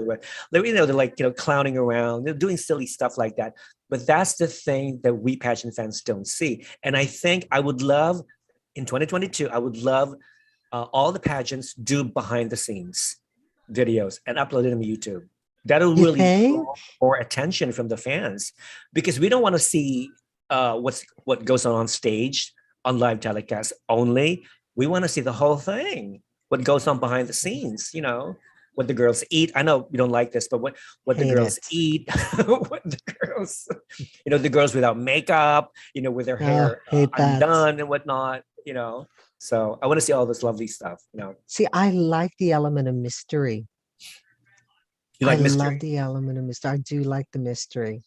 And I do like the fact that, some people are just untouchable. You just don't go there. Hmm. But Okay, I beauty can queens are understand. just far Yeah, too accessible these days. yeah, I can understand. Okay, so Stacia, again, Miss Universe Top 16 was so diverse this year. It was Yes. very refreshing. Every Yes. minority was represented well, and will Yes. only to continue to inspire more young girls of color to dream. Yes. Yeah, you're right. You're right. Okay, Mhm. let's talk about that. Yes, When please. was when was the last time that Miss Universe has crowned a blonde, blue-eyed white girl? Jennifer Hawkins, 2004. Bingo! Jennifer Hawkins, Miss Universe 2004 from Australia, whom Correct. whom Peter mentored and coached, by the way. So Are we ever going to see another one that looks like Jennifer Hawkins, crowned Miss Universe? No, Probably not. I don't. Probably not. The closest blonde was Was what you know, Madison. Madison Anderson from Puerto Rico, Hmm. tall, blonde, blue-eyed Barbie type girl who was first runner-up to Hmm. Zozabini Tunzi in 2019. So Yeah, yeah, that was the last blonde we ever saw top Madison three. was the last blonde that came close to it. Yeah. Of Yeah, course, isn't that a shame? some people are going to say, is it racist? Is it racism? Is Miss Universe and all these other pageants against blonde women? So what's the deal? What's the story? Do you think they're racist? or it's Mm, just a question of preference? Or who do you think is more marketable? You know, oh, remember in the olden days, oh, we, a lot of all these non-white girls would say, oh, well, I don't think my beauty is marketable enough. I don't think I can compete with blonde, blue-eyed girls like Jennifer Hawkins. oh, So yeah, I don't think I'm fit for pageants because nobody likes me. Nobody likes my type of beauty. Not anymore. People like your not type of beauty. anymore. Not anymore. I don't know if you remember, Rafa, but I think, as you know, with Miss Universe Australia, our golden years was when it was whitewashed. Mm, Well, mhm. we kept sending the blonde beach babes. We always got it into the top 10 and the top 5, the top 15. And the moment we started to diversify, it just went pop boom. But no, I don't think it's actually that. I think it's more the fact that, we don't really have the kind of directors over here that would have the kind of nous that the former director had. So I don't think they have their finger on the pulse. They're probably more suited to be running Miss World Australia than Miss Universe Australia, but whatever. But I Right. think going back to the diversity of the top 16, unlike Miss Grand, this top 16 I'm not mad with. I actually really love Me too. every Yeah. single woman that was picked at Miss Universe. Yes, there were a lot of surprises. And the people that were left out, we were so disappointed, but I wasn't mad with the top 16. I was like, what? She got it, but yeah, all right, great, good for her.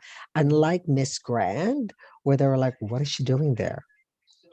She was like, how did she get it? And I was like, what the hell were they thinking? And I remember we were chatting and I just wrote down, this is the weirdest like top 16, top 20 that I've ever seen in a long time. And a Right. lot of people said the same thing. Whereas with Miss Universe, it was a pleasant surprise, every single one of them. I loved it. Hmm. Hmm. Yes, I totally agree. Yeah, because yeah, I mean, again, the world is changing. Our perception of beauty is changing every day. I think the fact that we have so many prominent and inspirational uh, people of color that are dominating Hollywood, that are dominating the movie industry, the fashion industry. I Mm, think we have become much more tolerant and accepting of this particular standard of beauty. So yeah, so being blonde, nothing wrong with being blonde or blue-eyed or tall. You know, mm, if that's your beauty that you prefer, fine. But I think it's time to open our minds to other types of beauty because again, beauty is subjective. Beauty is subjective. One comment from our fan Mauricio says, "Oh, what about Demi from South Africa? Isn't she blonde? I don't think she's blonde. Is she blonde, Peter? I think who? she has like brown hair. I Who? think she just lightened up Oh, her you know, she's got Demi. brown hair. She was Yeah, she's not a brown hair. blonde. Yeah, Yep. Mauricio. I think Demi is brown hair. She's not blonde. Yep. Yeah, She's definitely not blonde. She's a brunette. yeah, she's a brunette. Um, Ruel says, "Do you have a wish list of girls for Miss Universe Philippines 2022?" Yes. Oh God. Atisa You and Manalo. Atisa yeah, Manalo was Miss Universe Atisa. International Philippines, I believe 2020, 2019, and she was first runner-up in Miss International 2019. Yeah, she is one of my girls, favorite girls to compete in Miss Universe Philippines. Um, who's the current second runner-up? Um, oh my God, my mind is Is it blocked. She was one yes, of my her favorites. She did the runway over the bridge.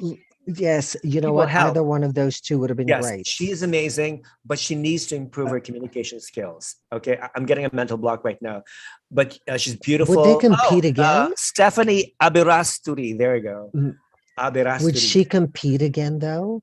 I don't know, but being the current second runner-up, I would think that they have a contract that they need to finish. She needs to finish her second runner-up reign. So I don't know if she if it's okay for her to resign her second runner-up position and then compete again next year. I don't know. I don't think that'll. I don't think they allow that to happen. Yeah, Luis says Steffi Abirasturi. Yeah, she is amazing. So I want her to compete again in Miss Yeah. Universe. And that Yeah. girl who had COVID 2 years ago, she's dusky. Isabella something. Come on, people, help me. Mm. You know, Isabella. Oh, she's stunning. She's gorgeous. I mean, she's this amazing brown skin, beautiful high cheekbones, and she got COVID, so she had to withdraw from the competition. But I want to see her again competing in Miss Universe Philippines 2022. What about you, Peter? Do you have any? look, I have a confession to make. I make it a point not to actually follow it until the finals, Okay. because I don't want to know about all the other girls and all the up and coming. I just want to see the divas on the stage. Mhm. So Okay. I don't really. I think the best people to ask about this would be yourself and Phil, Uh-huh. because Phil has his finger on the pulse. He is all over the Philippine girls. So I'm Right. hoping, I'm wishing that Phil was here because he would be the best person to answer that together with yourself. I am the worst person to ask about that stuff. Yeah. So our good friend Phil Pujetta, who cannot make it anywhere. Phil, if you're watching, maybe it's too early in California. It's like 7:30, 7:40 in the morning in California. So he lives in California. So maybe he's still in bed. But when you wake up and then you watch a replay of this video, okay, we say, we love you, hello, Merry Christmas. And I know you're a big follower of Miss Universe Philippines. So we want your input the next time, we chat, and the next Correct. time we predict our winner for Miss Universe Philippines. So I know you follow. Oh, Isabella Galeria. That's her last name. Yeah. Ruel and Summersmith says Isabella Galeria. Do you remember Isabella Galeria? She's like this stunning, dusky young woman, and she got COVID and whatnot. She's beautiful. I forgot what province she comes from, but I think Oh, she's. oh, oh, oh, She Rafa, told you me know who I too. want to see Is she back? from Sorsogon? I think she comes from the province of Sorsogon. Yeah, No, so you that's know where. who I want to come back, though. You know who I want to come back. Who? Kisses. Oh, Kisses de la Bring back Vie. kisses. Guys, to our lovely Filipino fans out there, what do you think of Kisses de la Vie? Do you think she should compete again next year for Miss Kisses Universe Philippines? blew me away on that finals night. Peter and I I was like, both love Kisses. oh my Kisses God. actually made I think she was my number two favorite for Miss Right, Universe. Yeah, she was my number two. right. What do you guys When think of Kisses de la Yeah, Vie? when Kisses first came on the scene, I was like, nah, no, girl, come on, sit down. Don't even think about it. Then she Yes. came out, and oh my goodness, Kisses was robbed. Yes, she was. She was so She was adorable. robbed. She's just so full of charisma, and you can sense her humility. She's just so humble, you know. Right. And I was just really really depressed when she Mhm. didn't advance. And for the first time, I actually saw the star quality. Yes. Kisses is a star. Oh my God. And Mhm. I have to put my hand up. I was the first person to make fun of her when she first signed up for it. I was like, Kisses, come on. But oh my God, Kisses, I Kisses, apologize. if I you're watching this, please underestimated join you. again. Please join again. Please. Oh my goodness. Who knows? Maybe she could have been top three in Miss Universe if she won. Exactly, exactly. Another suggestion is from James Bahati, Victoria Velasquez Vincent, who is the current Miss Universe charity, I believe. Yeah, Miss Universe charity. Yes, she is from New Zealand originally. Remember, she was And born and she's raised in the New one Zealand. who also Yep. rejected the Miss New Zealand title. Was she She rejected was or offered Miss Universe New Zealand and she said no. she said no because she'd rather continue her reign as Miss Universe Correct. charity? Yes, yeah, Silly woman. You I silly, know. silly girl. Girl, I mean, Victoria, if you're watching, no offense, but you should have accepted the Miss Universe New Zealand position, Correct. you know, and then you can Correct. always come back and compete in Miss Universe Philippines again. But Hmm. it's just our opinion. Um, Luis says, rumor has it that Jasmine O'Malley is coming back. You know what? No. Honestly, Luis, Jasmine was not even on my radar.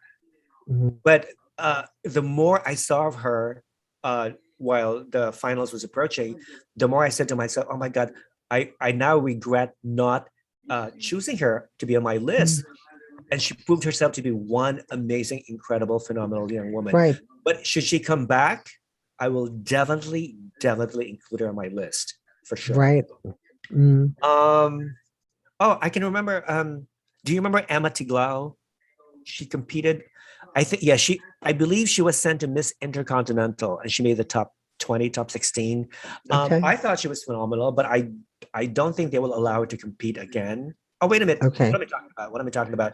Miss Intercontinental is still owned by Binibining Pilipinas Charities, Stella Marquez, whereas Miss Universe Philippines is a separate franchise. So yeah, she can cross over Miss Universe Philippines if she wants to. Right. That's good. Summer says Great Britain was technically the only girl from Europe who made it in the top 16 this year. France is actually from Guadeloupe. Okay, so Correct. we have a blonde top 16 this year from Miss Universe, Miss Great Britain, Correct. who, by the way, was off my radar. Was she on your radar, Peter? You know what? In the beginning, she was until I saw the preliminaries, and I thought, oh, lack of energy. Because I had such high hopes for Emma. I really had such high hopes for Emma, and I thought she's such a beauty, and she had such presence when she won the Miss UK title.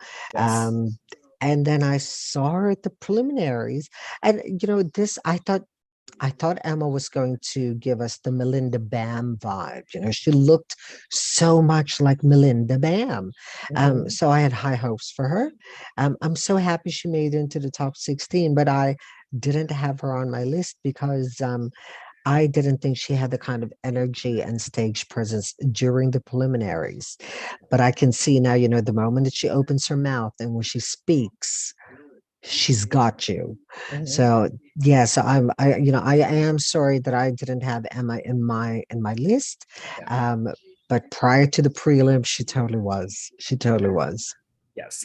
Yeah. Same here. She wasn't on my list. Hi, I boy. thought I thought she was amazing, when she won Miss Great Britain. But once she performed during the preliminaries, I was a bit disappointed. Again, I was looking for more energy, more amazing stage projection, which she didn't have. Hmm. And I also believe she went to the wrong pageant. I would love to see her maybe in Miss World someday, or even maybe Miss Charm International someday. Who knows? Wasn't she in Galaxy? I don't know. Yeah, I think she was I think Emma was a Miss Maybe Miss Galaxy. Cosmos.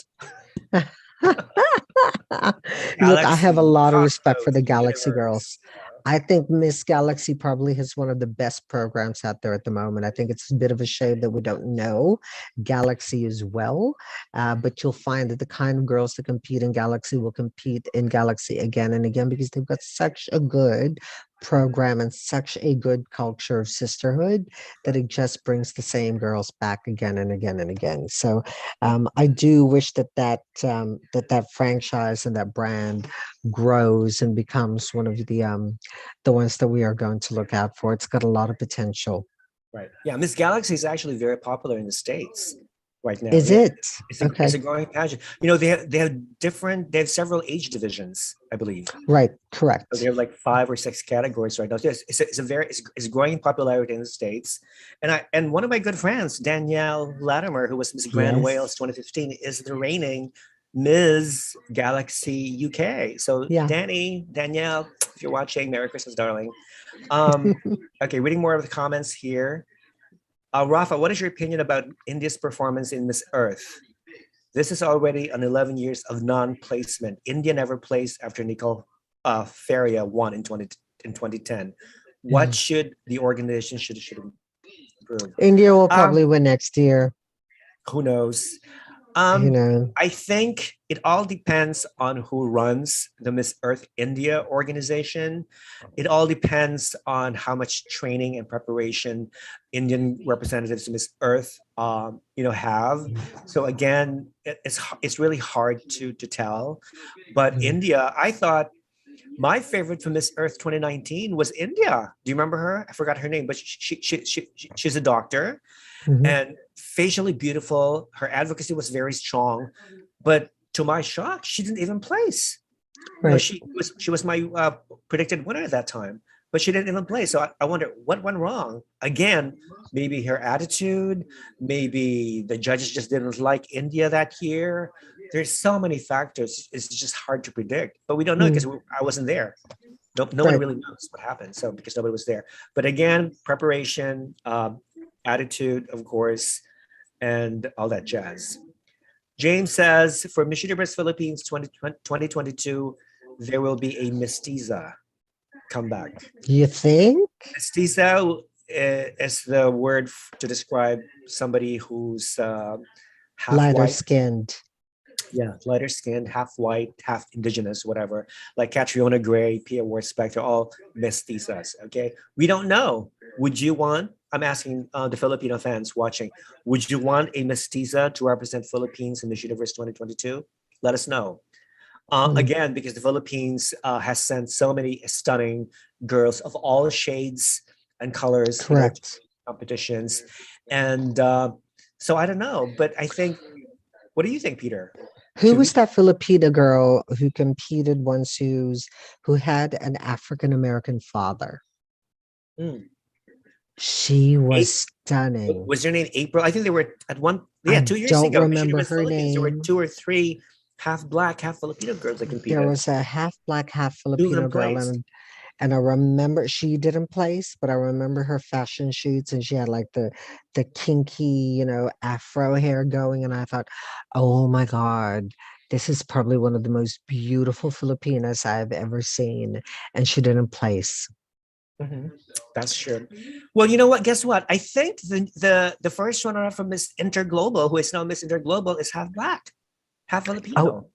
that wouldn't surprise me. Miriam That would not. something. I Yep, that think her wouldn't name is surprise Miriam. Yeah, me. yeah. She She's looks it. beautiful. Yeah, she's beautiful. Okay, Luis is saying, I want pageants to increase the age limit and bring back Katrina Dimaranan. Haha. Oh, how old is Katrina? I think she's 28, going to 29, I believe. Luis, how old is Katrina? I think she's 28. You know what? Imagine if they had sent Katrina instead of Beatriz Luigi to Miss Universe. I wonder I wonder if she would have made it to the top five. So I don't know. I don't know. Because I Yeah, know I I don't. know you love Beatriz, Peter. I know you love I Beatriz. do. I do love Beatrice. Yeah, I love Stephanie at first. When Stephanie was competing, she was my favorite. Until Beatrice came from nowhere, and I was like, oh my God, I love her. I love this girl.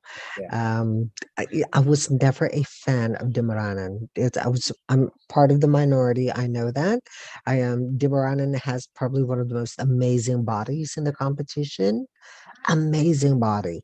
Mhm. But there was something about her that left me cold. Wonder what? I'm trying to figure exactly what went wrong. Why didn't she win? Because I did see the video of all the five judges with Jonas Gofford, who's the creative director of Miss Universe Philippines, and also with Dr. Vicky Abello, who was one of the judges. And they all said they voted unanimously that Beatriz Luigi was the winner. And Mhm. in the back of my mind, says, okay, what went wrong exactly with Katrina? Did she not do well doing the interviews with the judges and Or whatnot? Stephanie. Or Steffi, yeah, Mm. exactly. So what happened with those two girls?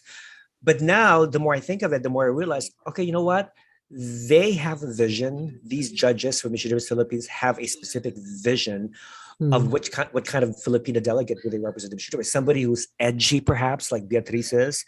Somebody who is active with the military, and she's a reservist for the Philippine Navy. So they're looking Mhm. for someone who is extraordinary, someone who is not your typical pageant beauty. And Correct. Beatriz fits that bill exactly. Correct. Not to mention that she has a visible tattoo. Yep.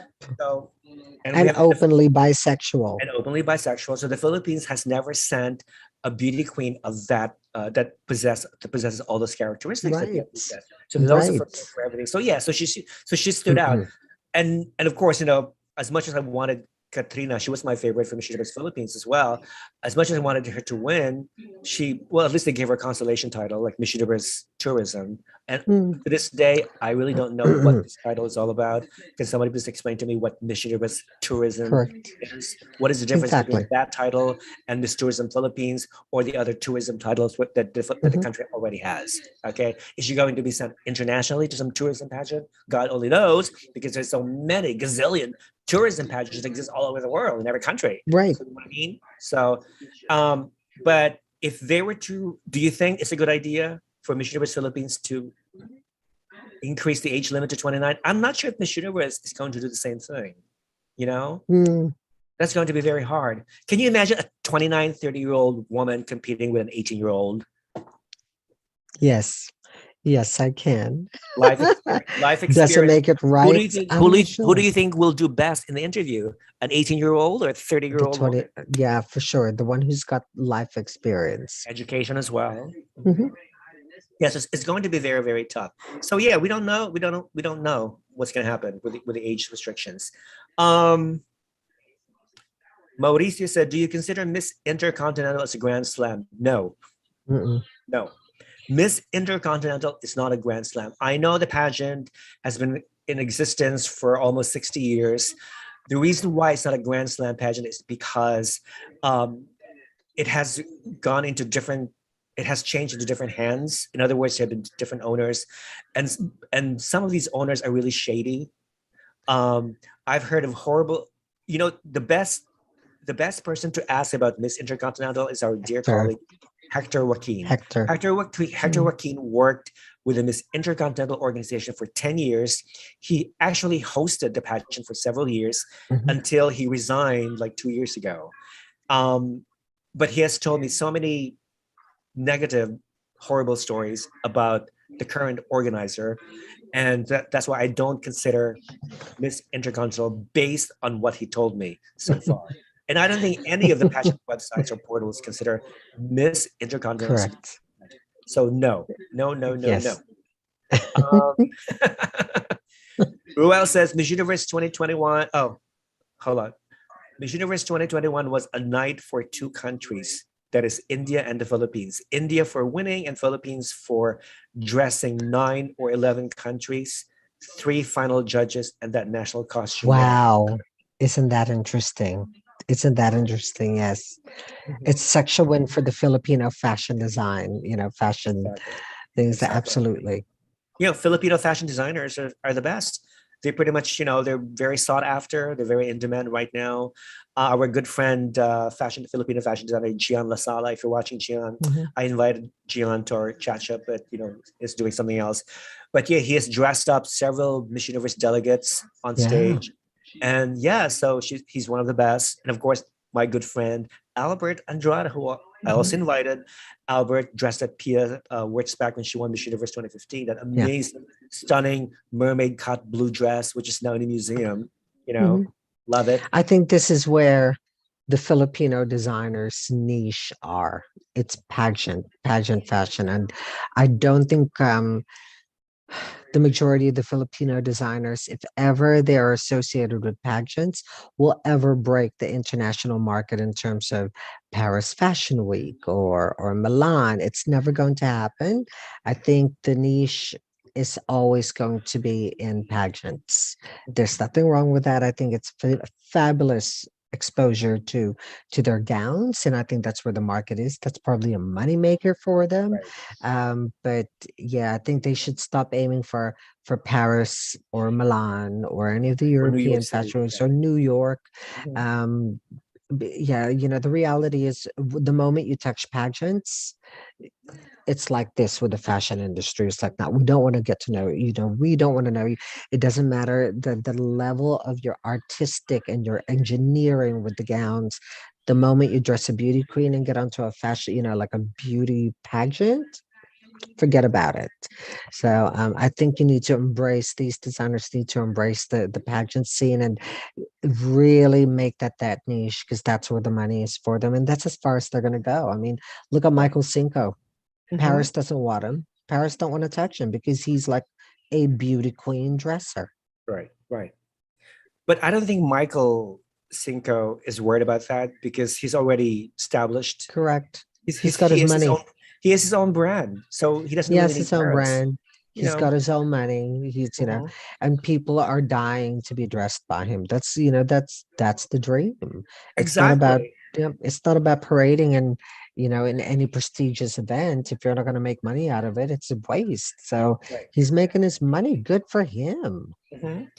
Oh, of course, I think personally for me, Paris is still the fashion capital of the world, but fashion Mm, does not remain strictly in Paris. There's fashion everywhere. Dubai, which is where Michael Cinco, has made a success, and also Albert right. Andrade and several other Filipino designers. Um, Dubai is actually rivaling Paris in terms of being the fashion capital. At least it's the fashion capital of the Middle East right now. Yep. A Go where lot of the money is. Go where the money is. exactly. It's all about money. It's all about money. Comment. Okay, when will Venezuela get back on the finals of Miss Universe? Is it because of Nicolas Maduro, the current president of Venezuela, and the scandals in Miss Venezuela organization that make the judges think twice about Venezuela? Yeah, Mm. one of the biggest scandals regarding Miss Venezuela is that some of these girls were being used as prostitutes. Were being pimped by Osmel Sosa. There was an article that I read at one point Mhm. that claims that Osmel Sosa is actually pimping these girls to these rich Venezuelan businessmen or anywhere around the globe. So I don't know if that's true, but it's interesting. I think it's a horrific um it's a horrific story to spread if it's not true. I think it's just really terrible to make an accusation like that unless you can back it up. I don't think it's fair on the girls to be labeled as prostitutes. Mhm. Um, you join a beauty pageant and you put your hopes and your dreams and you work really hard for it, and then to have a hater actually call you a prostitute is terrible. And if it is true, then yeah, I agree. It probably needs to be brought to light. But if it isn't true, I think it's just a horrible, horrible, horrible thing. Yeah. You know, yeah. Right now, to me, it's just a rumor. So I sort of like, Mm, take everything with a grain of salt, whatever I read. I mean, don't believe yeah, everything that you read, especially on social media, yeah. but we just like to believe in them because it's very juicy. And Mm, sometimes, juice can spice up our lives, so to speak, right. especially if you live alone, with two dogs. Just kidding. Is that shady or what? Oh my goodness, it's such a shame I finished my tea. Otherwise, you're gonna Right. Here's an interesting comment. Okay, well, did you guys expect Beatriz Luigi to be in the top five Miss Universe? Honestly, personally, no. Beatriz was not on my top five list. She was not even in my top 16. And I mentioned that in my two last videos. And I said that the only reason that Beatriz would advance to the semifinals is because of the Philippines' connection with the judges and also with the organization and with the sponsors. But lo and behold, I was wrong. So Beatriz was on your list, Peter, right? Yes, she was. Yes, she was. I've always called her the silent killer. So, she killed those top two favorites at the nationals. If you get her up there into the top 16, it would be game over for a lot of the girls. And I was proven right. Get her in there and she'll make it to the top five. Mm-hmm. Okay. All You know, right. if I, you know, I did I think she was going to win? No, I think that would have been a long shot. My best hope for her would have been a top three. So I'm happy that she made it to the top five. I just think the way that she answered her top five question was a little bit wishy-washy. I thought that if she had a stronger answer, yeah, she probably would have made the top three. Mm-hmm. And she probably would have nudged out, either South Africa or Paraguay to get into the top three. But I just don't think she answered that top five question well. Okay. All right. Um, Summer says maybe okay, this is writing British beauty queens. Maybe because British accent sounds intelligent, especially for most Americans, and also the accent is regarded as a prestigious dialect. Um, I don't know. What do you think? Well, I actually agree with you, Summer. I think that's definitely the British accent is by far superior to the American accent. So I do agree with that 100%. I would totally agree, Peter Darling. I think British accent is just absolutely prestigious and wonderful to the ears.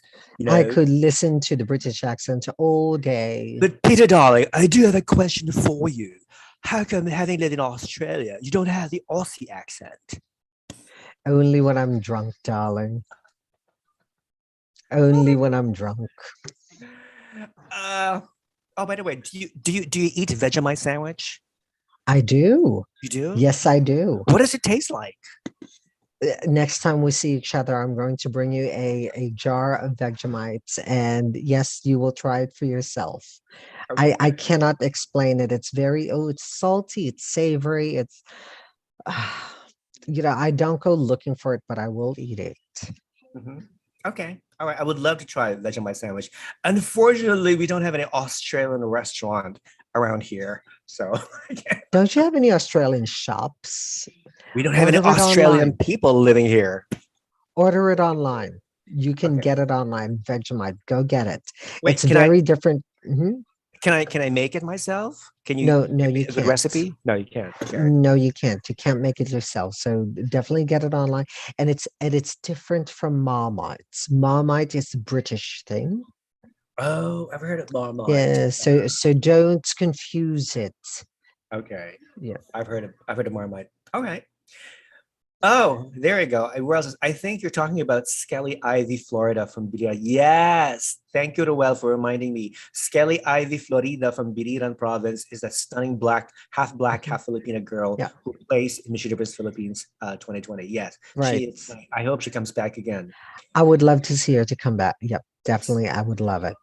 Seja asks, what is a dream gown you would love to see on the Miss Universe stage? Oh my Question. goodness. Oh my Oh my God. goodness, that is a great question. Mm, Why don't I design it and I'll post it? Okay, I can tell you one of the best gowns that I've seen on Miss Universe stage is the one. Actually, it's featured on Summer's latest top 10 blue gown videos.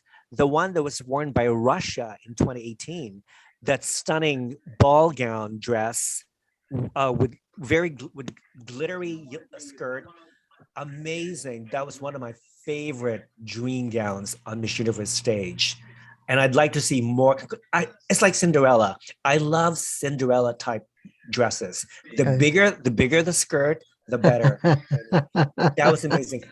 I also love the gown that a lot of people don't like it, but I love Olivia Copo's Miss Universe gown, that red dress that she Oh, wore. did Yeah, you? with long Okay. sleeves and plunging neckline, and again, with a big skirt and whatnot, with her hair is up. She was probably wearing like a 10-inch heel, so she looks so tall, you know. But she wore that because of a strategy. She knows she's short, and the bigger the skirt, the more space gaps between her and the other girls, you know.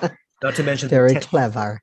and the 4-inch bun Yes, on her yes. head. So yeah, so that was one of my favorite dresses. I'm trying to remember. We don't. I don't know. Well, most of you probably have not. We're not born yet. 1972 Miss Universe, when the Philippines Army Barbara Crespo wore this gown with a cape.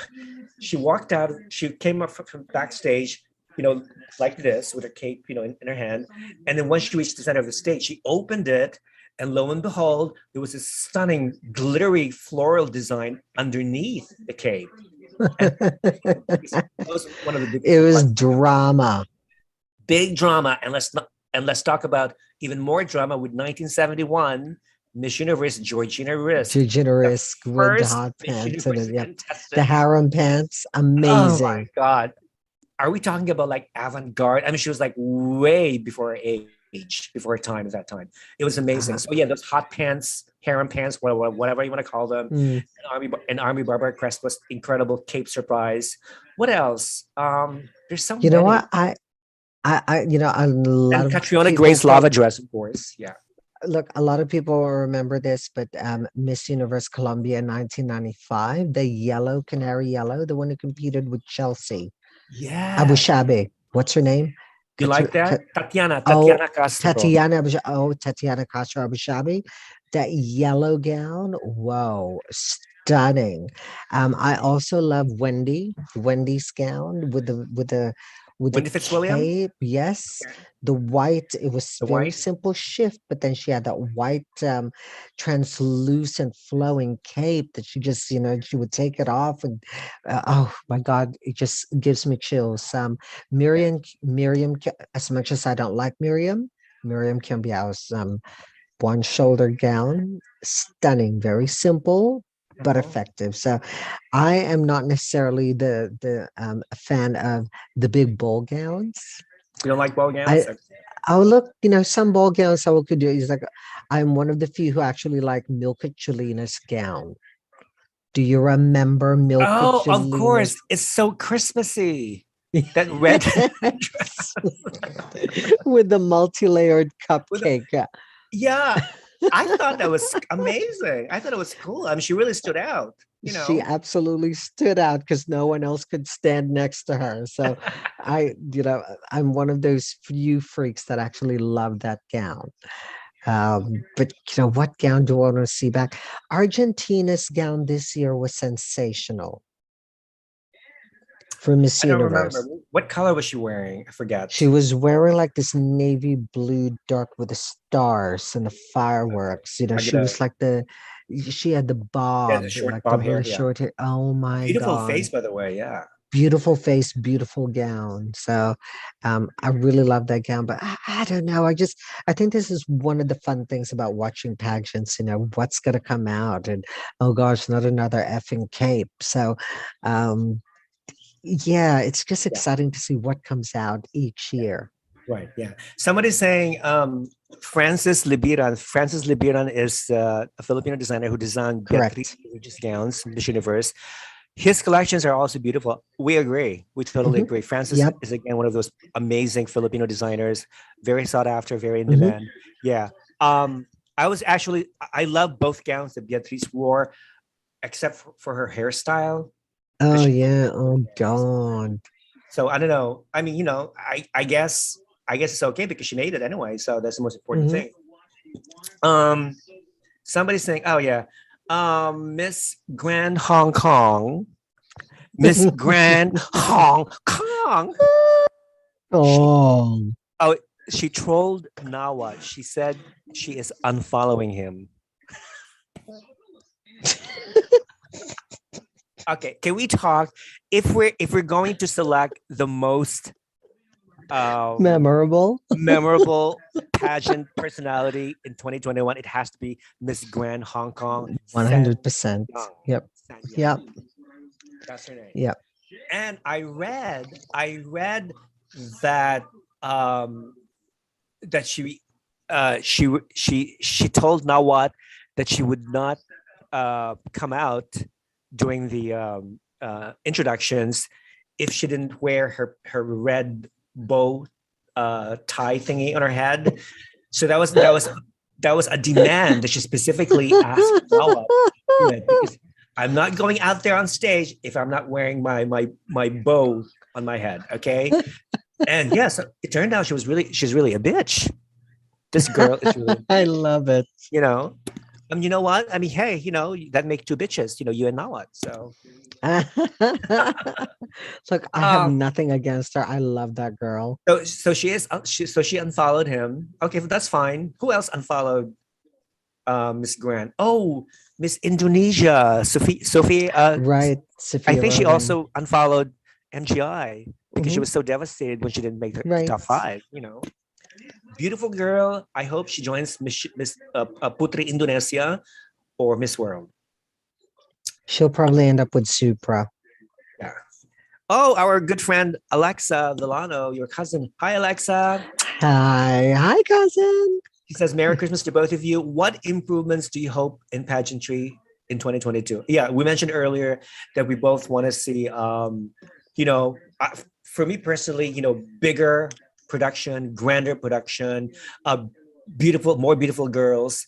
Um, what do you think, Peter? I mean, do you agree? I mean, I thought, we could use more like bigger productions. I want to see more local color motif into the pageants. Like Okay. when Miss Universe was held in Israel, I was craving for Israeli culture. Where is the local Israeli culture? I would have wanted to see Israeli music being played or Israeli dancers and whatnot. I didn't see that. It's the same thing with Miss Grand International. I didn't see any Thai motif, Thai culture. You Everything know was very that modern. I want to see. my whole thing with this one is, especially in the age of COVID, and thank you, Alexa, for that amazing question. Thanks, cousin.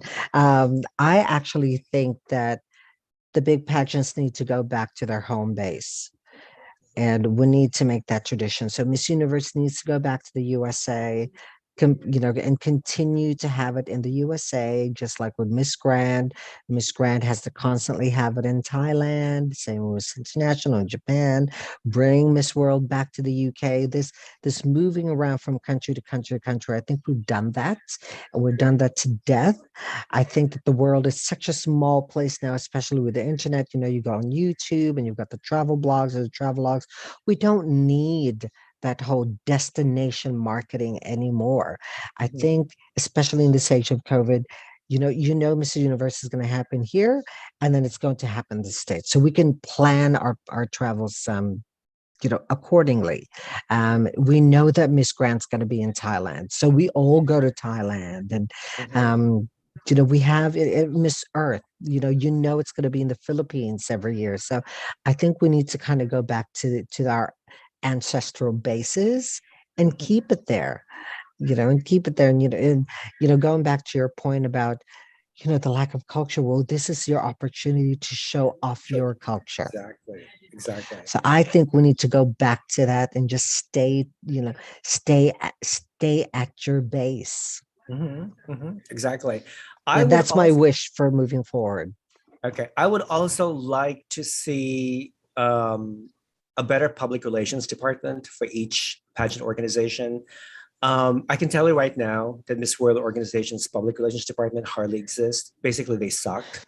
Nobody ever Mm, responds to my inquiries, not only me, but to other national directors yeah, who have been like very, very annoyed at Miss World's public relations department because they never, never, never respond back.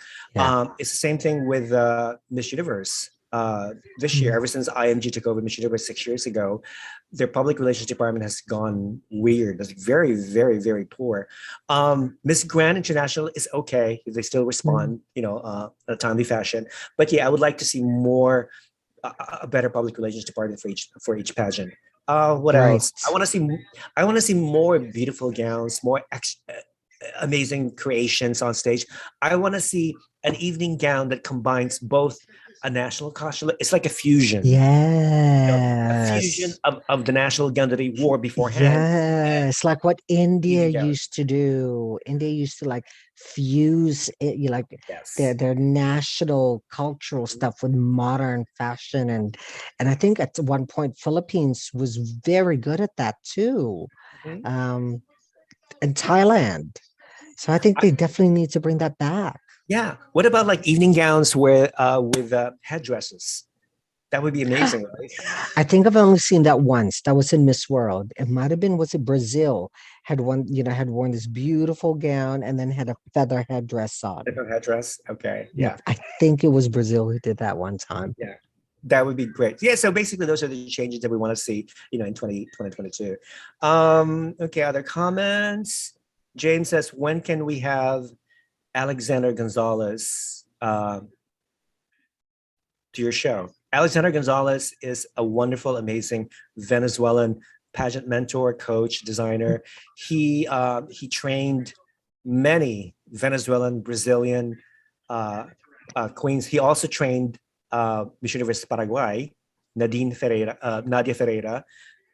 Amazing, beautiful soul, very humble. I will Yeah. ask him if he wants to participate, but I'm not sure. I haven't spoken to him in English. He speaks Spanish, so I mean I speak Spanish. I guess we can have a chat in Spanish. So yeah, I'm gonna try to contact him and see if he's Mm. interested. Um, If you could go back in history and crown the first runner-up at Miss Universe, who would it be? Oh, Good question. oh my goodness, what a great Good question. question. Kurara Chibana. Yes. Oh my God. I thought Kurara she was gonna Chibana. win. I thought she had it in the bag. Mm, 2006. yeah. Best pageants, by the way, that took place in Los Angeles.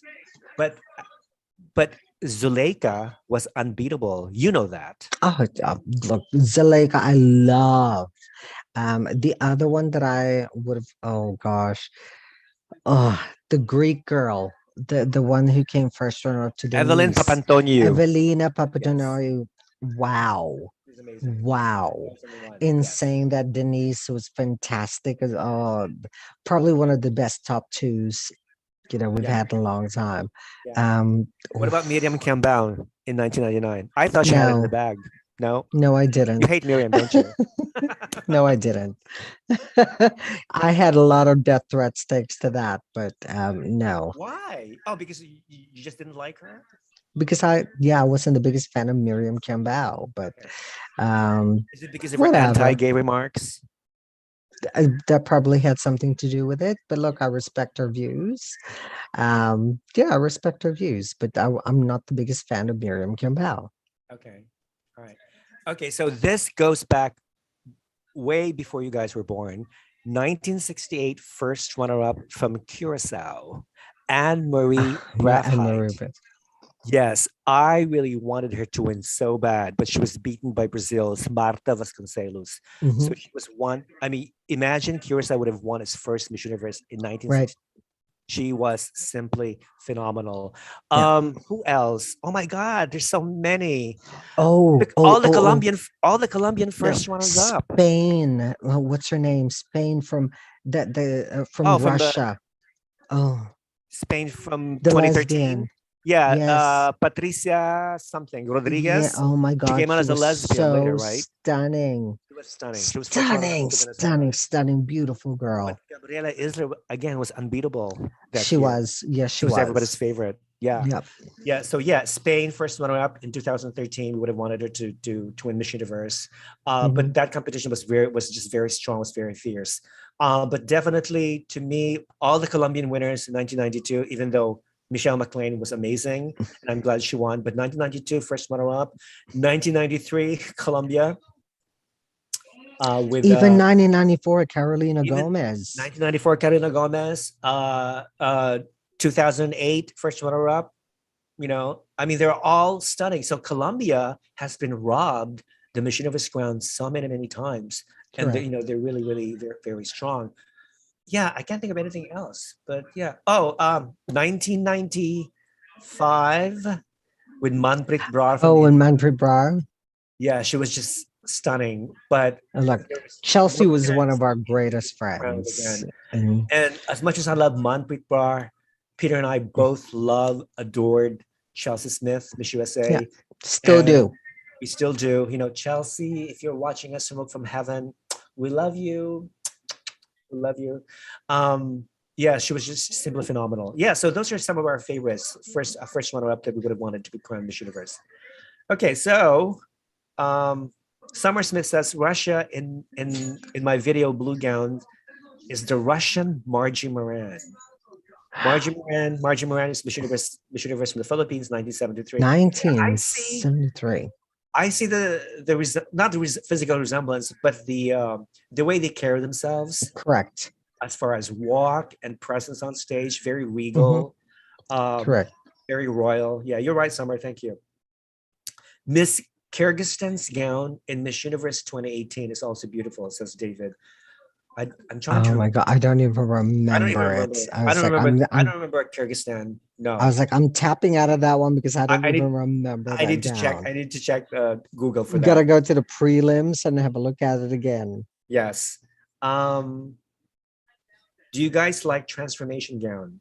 What is that? Transformation gown, such as So, Miss Universe 2016, Mexico 2019, and Canada 2018. so yeah, a transformation gown is like, Oh, when you they'll have like a take off the skirt and you skirts or, okay, they're kind of turn around and then boom, it like goes a from surprise short to thingy. long. Look, I like the showmanship of it all. I Yeah. think the execution for some of them is a Mhm. bit, I don't know. Yeah. So you need more like more. I'm looking for my more surprise, bigger oomph, so to speak. Yeah. Yeah, well, look, the showmanship and the surprise would be good if the structure was still amazing and, the silhouette wasn't interrupted. But yeah, yeah, it's not just about the showmanship, it's got to be the full package. Okay. Okay, James says about Alexander Gonzalez, he speaks English as Olivia Quito always chats with him in English and also with me. He is based in Miami, Florida right now. Okay, James, Okay. I'll remember that. I will definitely send an email to Alexander Gonzalez. Um, Summer says, if all Miss Universe past winners would compete against each other, who do you think Oh, would win? Ugh, tough oh, question. Tough question. Okay, okay, let's be honest. One of the questions that really irked me to this day is that when people ask me, Rafa, who is your all-time favorite Miss Universe? I don't can't. know. You know Yep, what? correct. I can't. Miss Universe continues to be held Mhm. every year. We don't know when it's going to end. Once the Mm, pageant is permanently terminated, then we will decide. I will decide who yep, for me is the best Miss Universe of all time. But for correct. now, you crown the best girl every year. Every year and on the nights. So I think and this is something that I actually like to tell my girls when I do the coaching and I do the training. The standard changes and goes up every year. The kind of beauty that is selected is different every year and it just evolves. So I would often tell them that if Jennifer competed, this year, she probably wouldn't have made it into the top 16, Mhm. right? Exactly. She just happened to be one of the best at her time at her year. But if she was to compete in another year, it could have been a different story. Exactly. It's the same thing, Exactly. if Chelsea had competed against, let's say, Denise. Who's to say that Chelsea would have, you can't really compare that. And so if all of them it would be very fascinating that if all the Miss Universes that are eligible would compete again together, Right. who would make it to the top 16, who would make it to the top 5, who would make it to yep, who would win. That would be fabulous to watch. Mhm. um yeah, just the standard of beauty just changes so much. Mhm. Exactly. Exactly. Um, Somebody's asking which contestants were heavy favorites and did not make the semifinals cut. Did you see coming? For example, Miss Belgium. Venezuela 2016, Miss Venezuela 2016, Mariam Habash, Miss El Yeah. Tocuyo, she said it herself. Yes. Yep. I All the wasn't expecting Takuyas, her, right? but you know what? I did expect Miss Venezuela 2016 to be eliminated after that Right. video that I saw of her teasing Miss Colombia, Mm. one of those like Instagram videos that she was like, I think she pulled Miss Colombia's hair while they were standing in line at one point. I thought that was neat. That was very catty Love of you it. as well. Yeah, Loved it. that was very catty. Yeah, there was a lot of surprises. Loved it. Well, one of them is Brazil this year, Miss Universe. I was expecting Miss Brazil Yeah. to make the cut. She was phenomenal when she was competing at nationals. But what happened? We don't Belgium know. was the biggest devastation for me. Yeah, I mean, she just lost her magic. She lost her essence, so to speak. Which do you prefer, Miss Universe organization under ING or under Trump? Trump. Trump, Trump 100%. I will say that 100%, unabashedly. all the way. No shame, No no discussion, apologies. no debate. Trump. Trump all the way. Rumor has it that Trump might come back to repurchase Miss Universe organization. Really. Personally, I don't think that's going to happen because he intends to run for the presidency again in 2024. So we don't know. Maybe a Trump relative, maybe Ivanka. Who knows? Who knows? We don't know. So yeah, everything is up in the air. You know what? We've been chatting for over 2 hours, and I think Yes, it's almost 3:30 it's almost a.m. 3:30 a.m. and I think you need your beauty sleep, darling. I So totally we're do. gonna end. We're gonna end this chat. Before we go, people, lovely people, thank you so much for patronizing Critical Beauty. And we cannot. This channel will not couldn't thrive without your support, without your presence. So from the bottom of our hearts, Peter and I wish you Merry Christmas, Happy Holidays. We wish you the best of luck, best wishes, and of course, a very happy New Year 2022. I know we Yes. live in crazy times because of this pandemic. You know, we're all going crazy. This whole crisis is really getting the worst of us, so to speak. So Mhm. we need to sort of like recalibrate our mind into thinking positively. Okay. We've experienced so much worse events in our lifetime. We can overcome this, and we are overcoming this as time Mhm. goes by. So don't lose hope. Continue being positive, think positive, stay strong, stay healthy. Okay. Keep the faith, and we will see you in 2022. Okay, Correct. guys. So, Peter, any last words?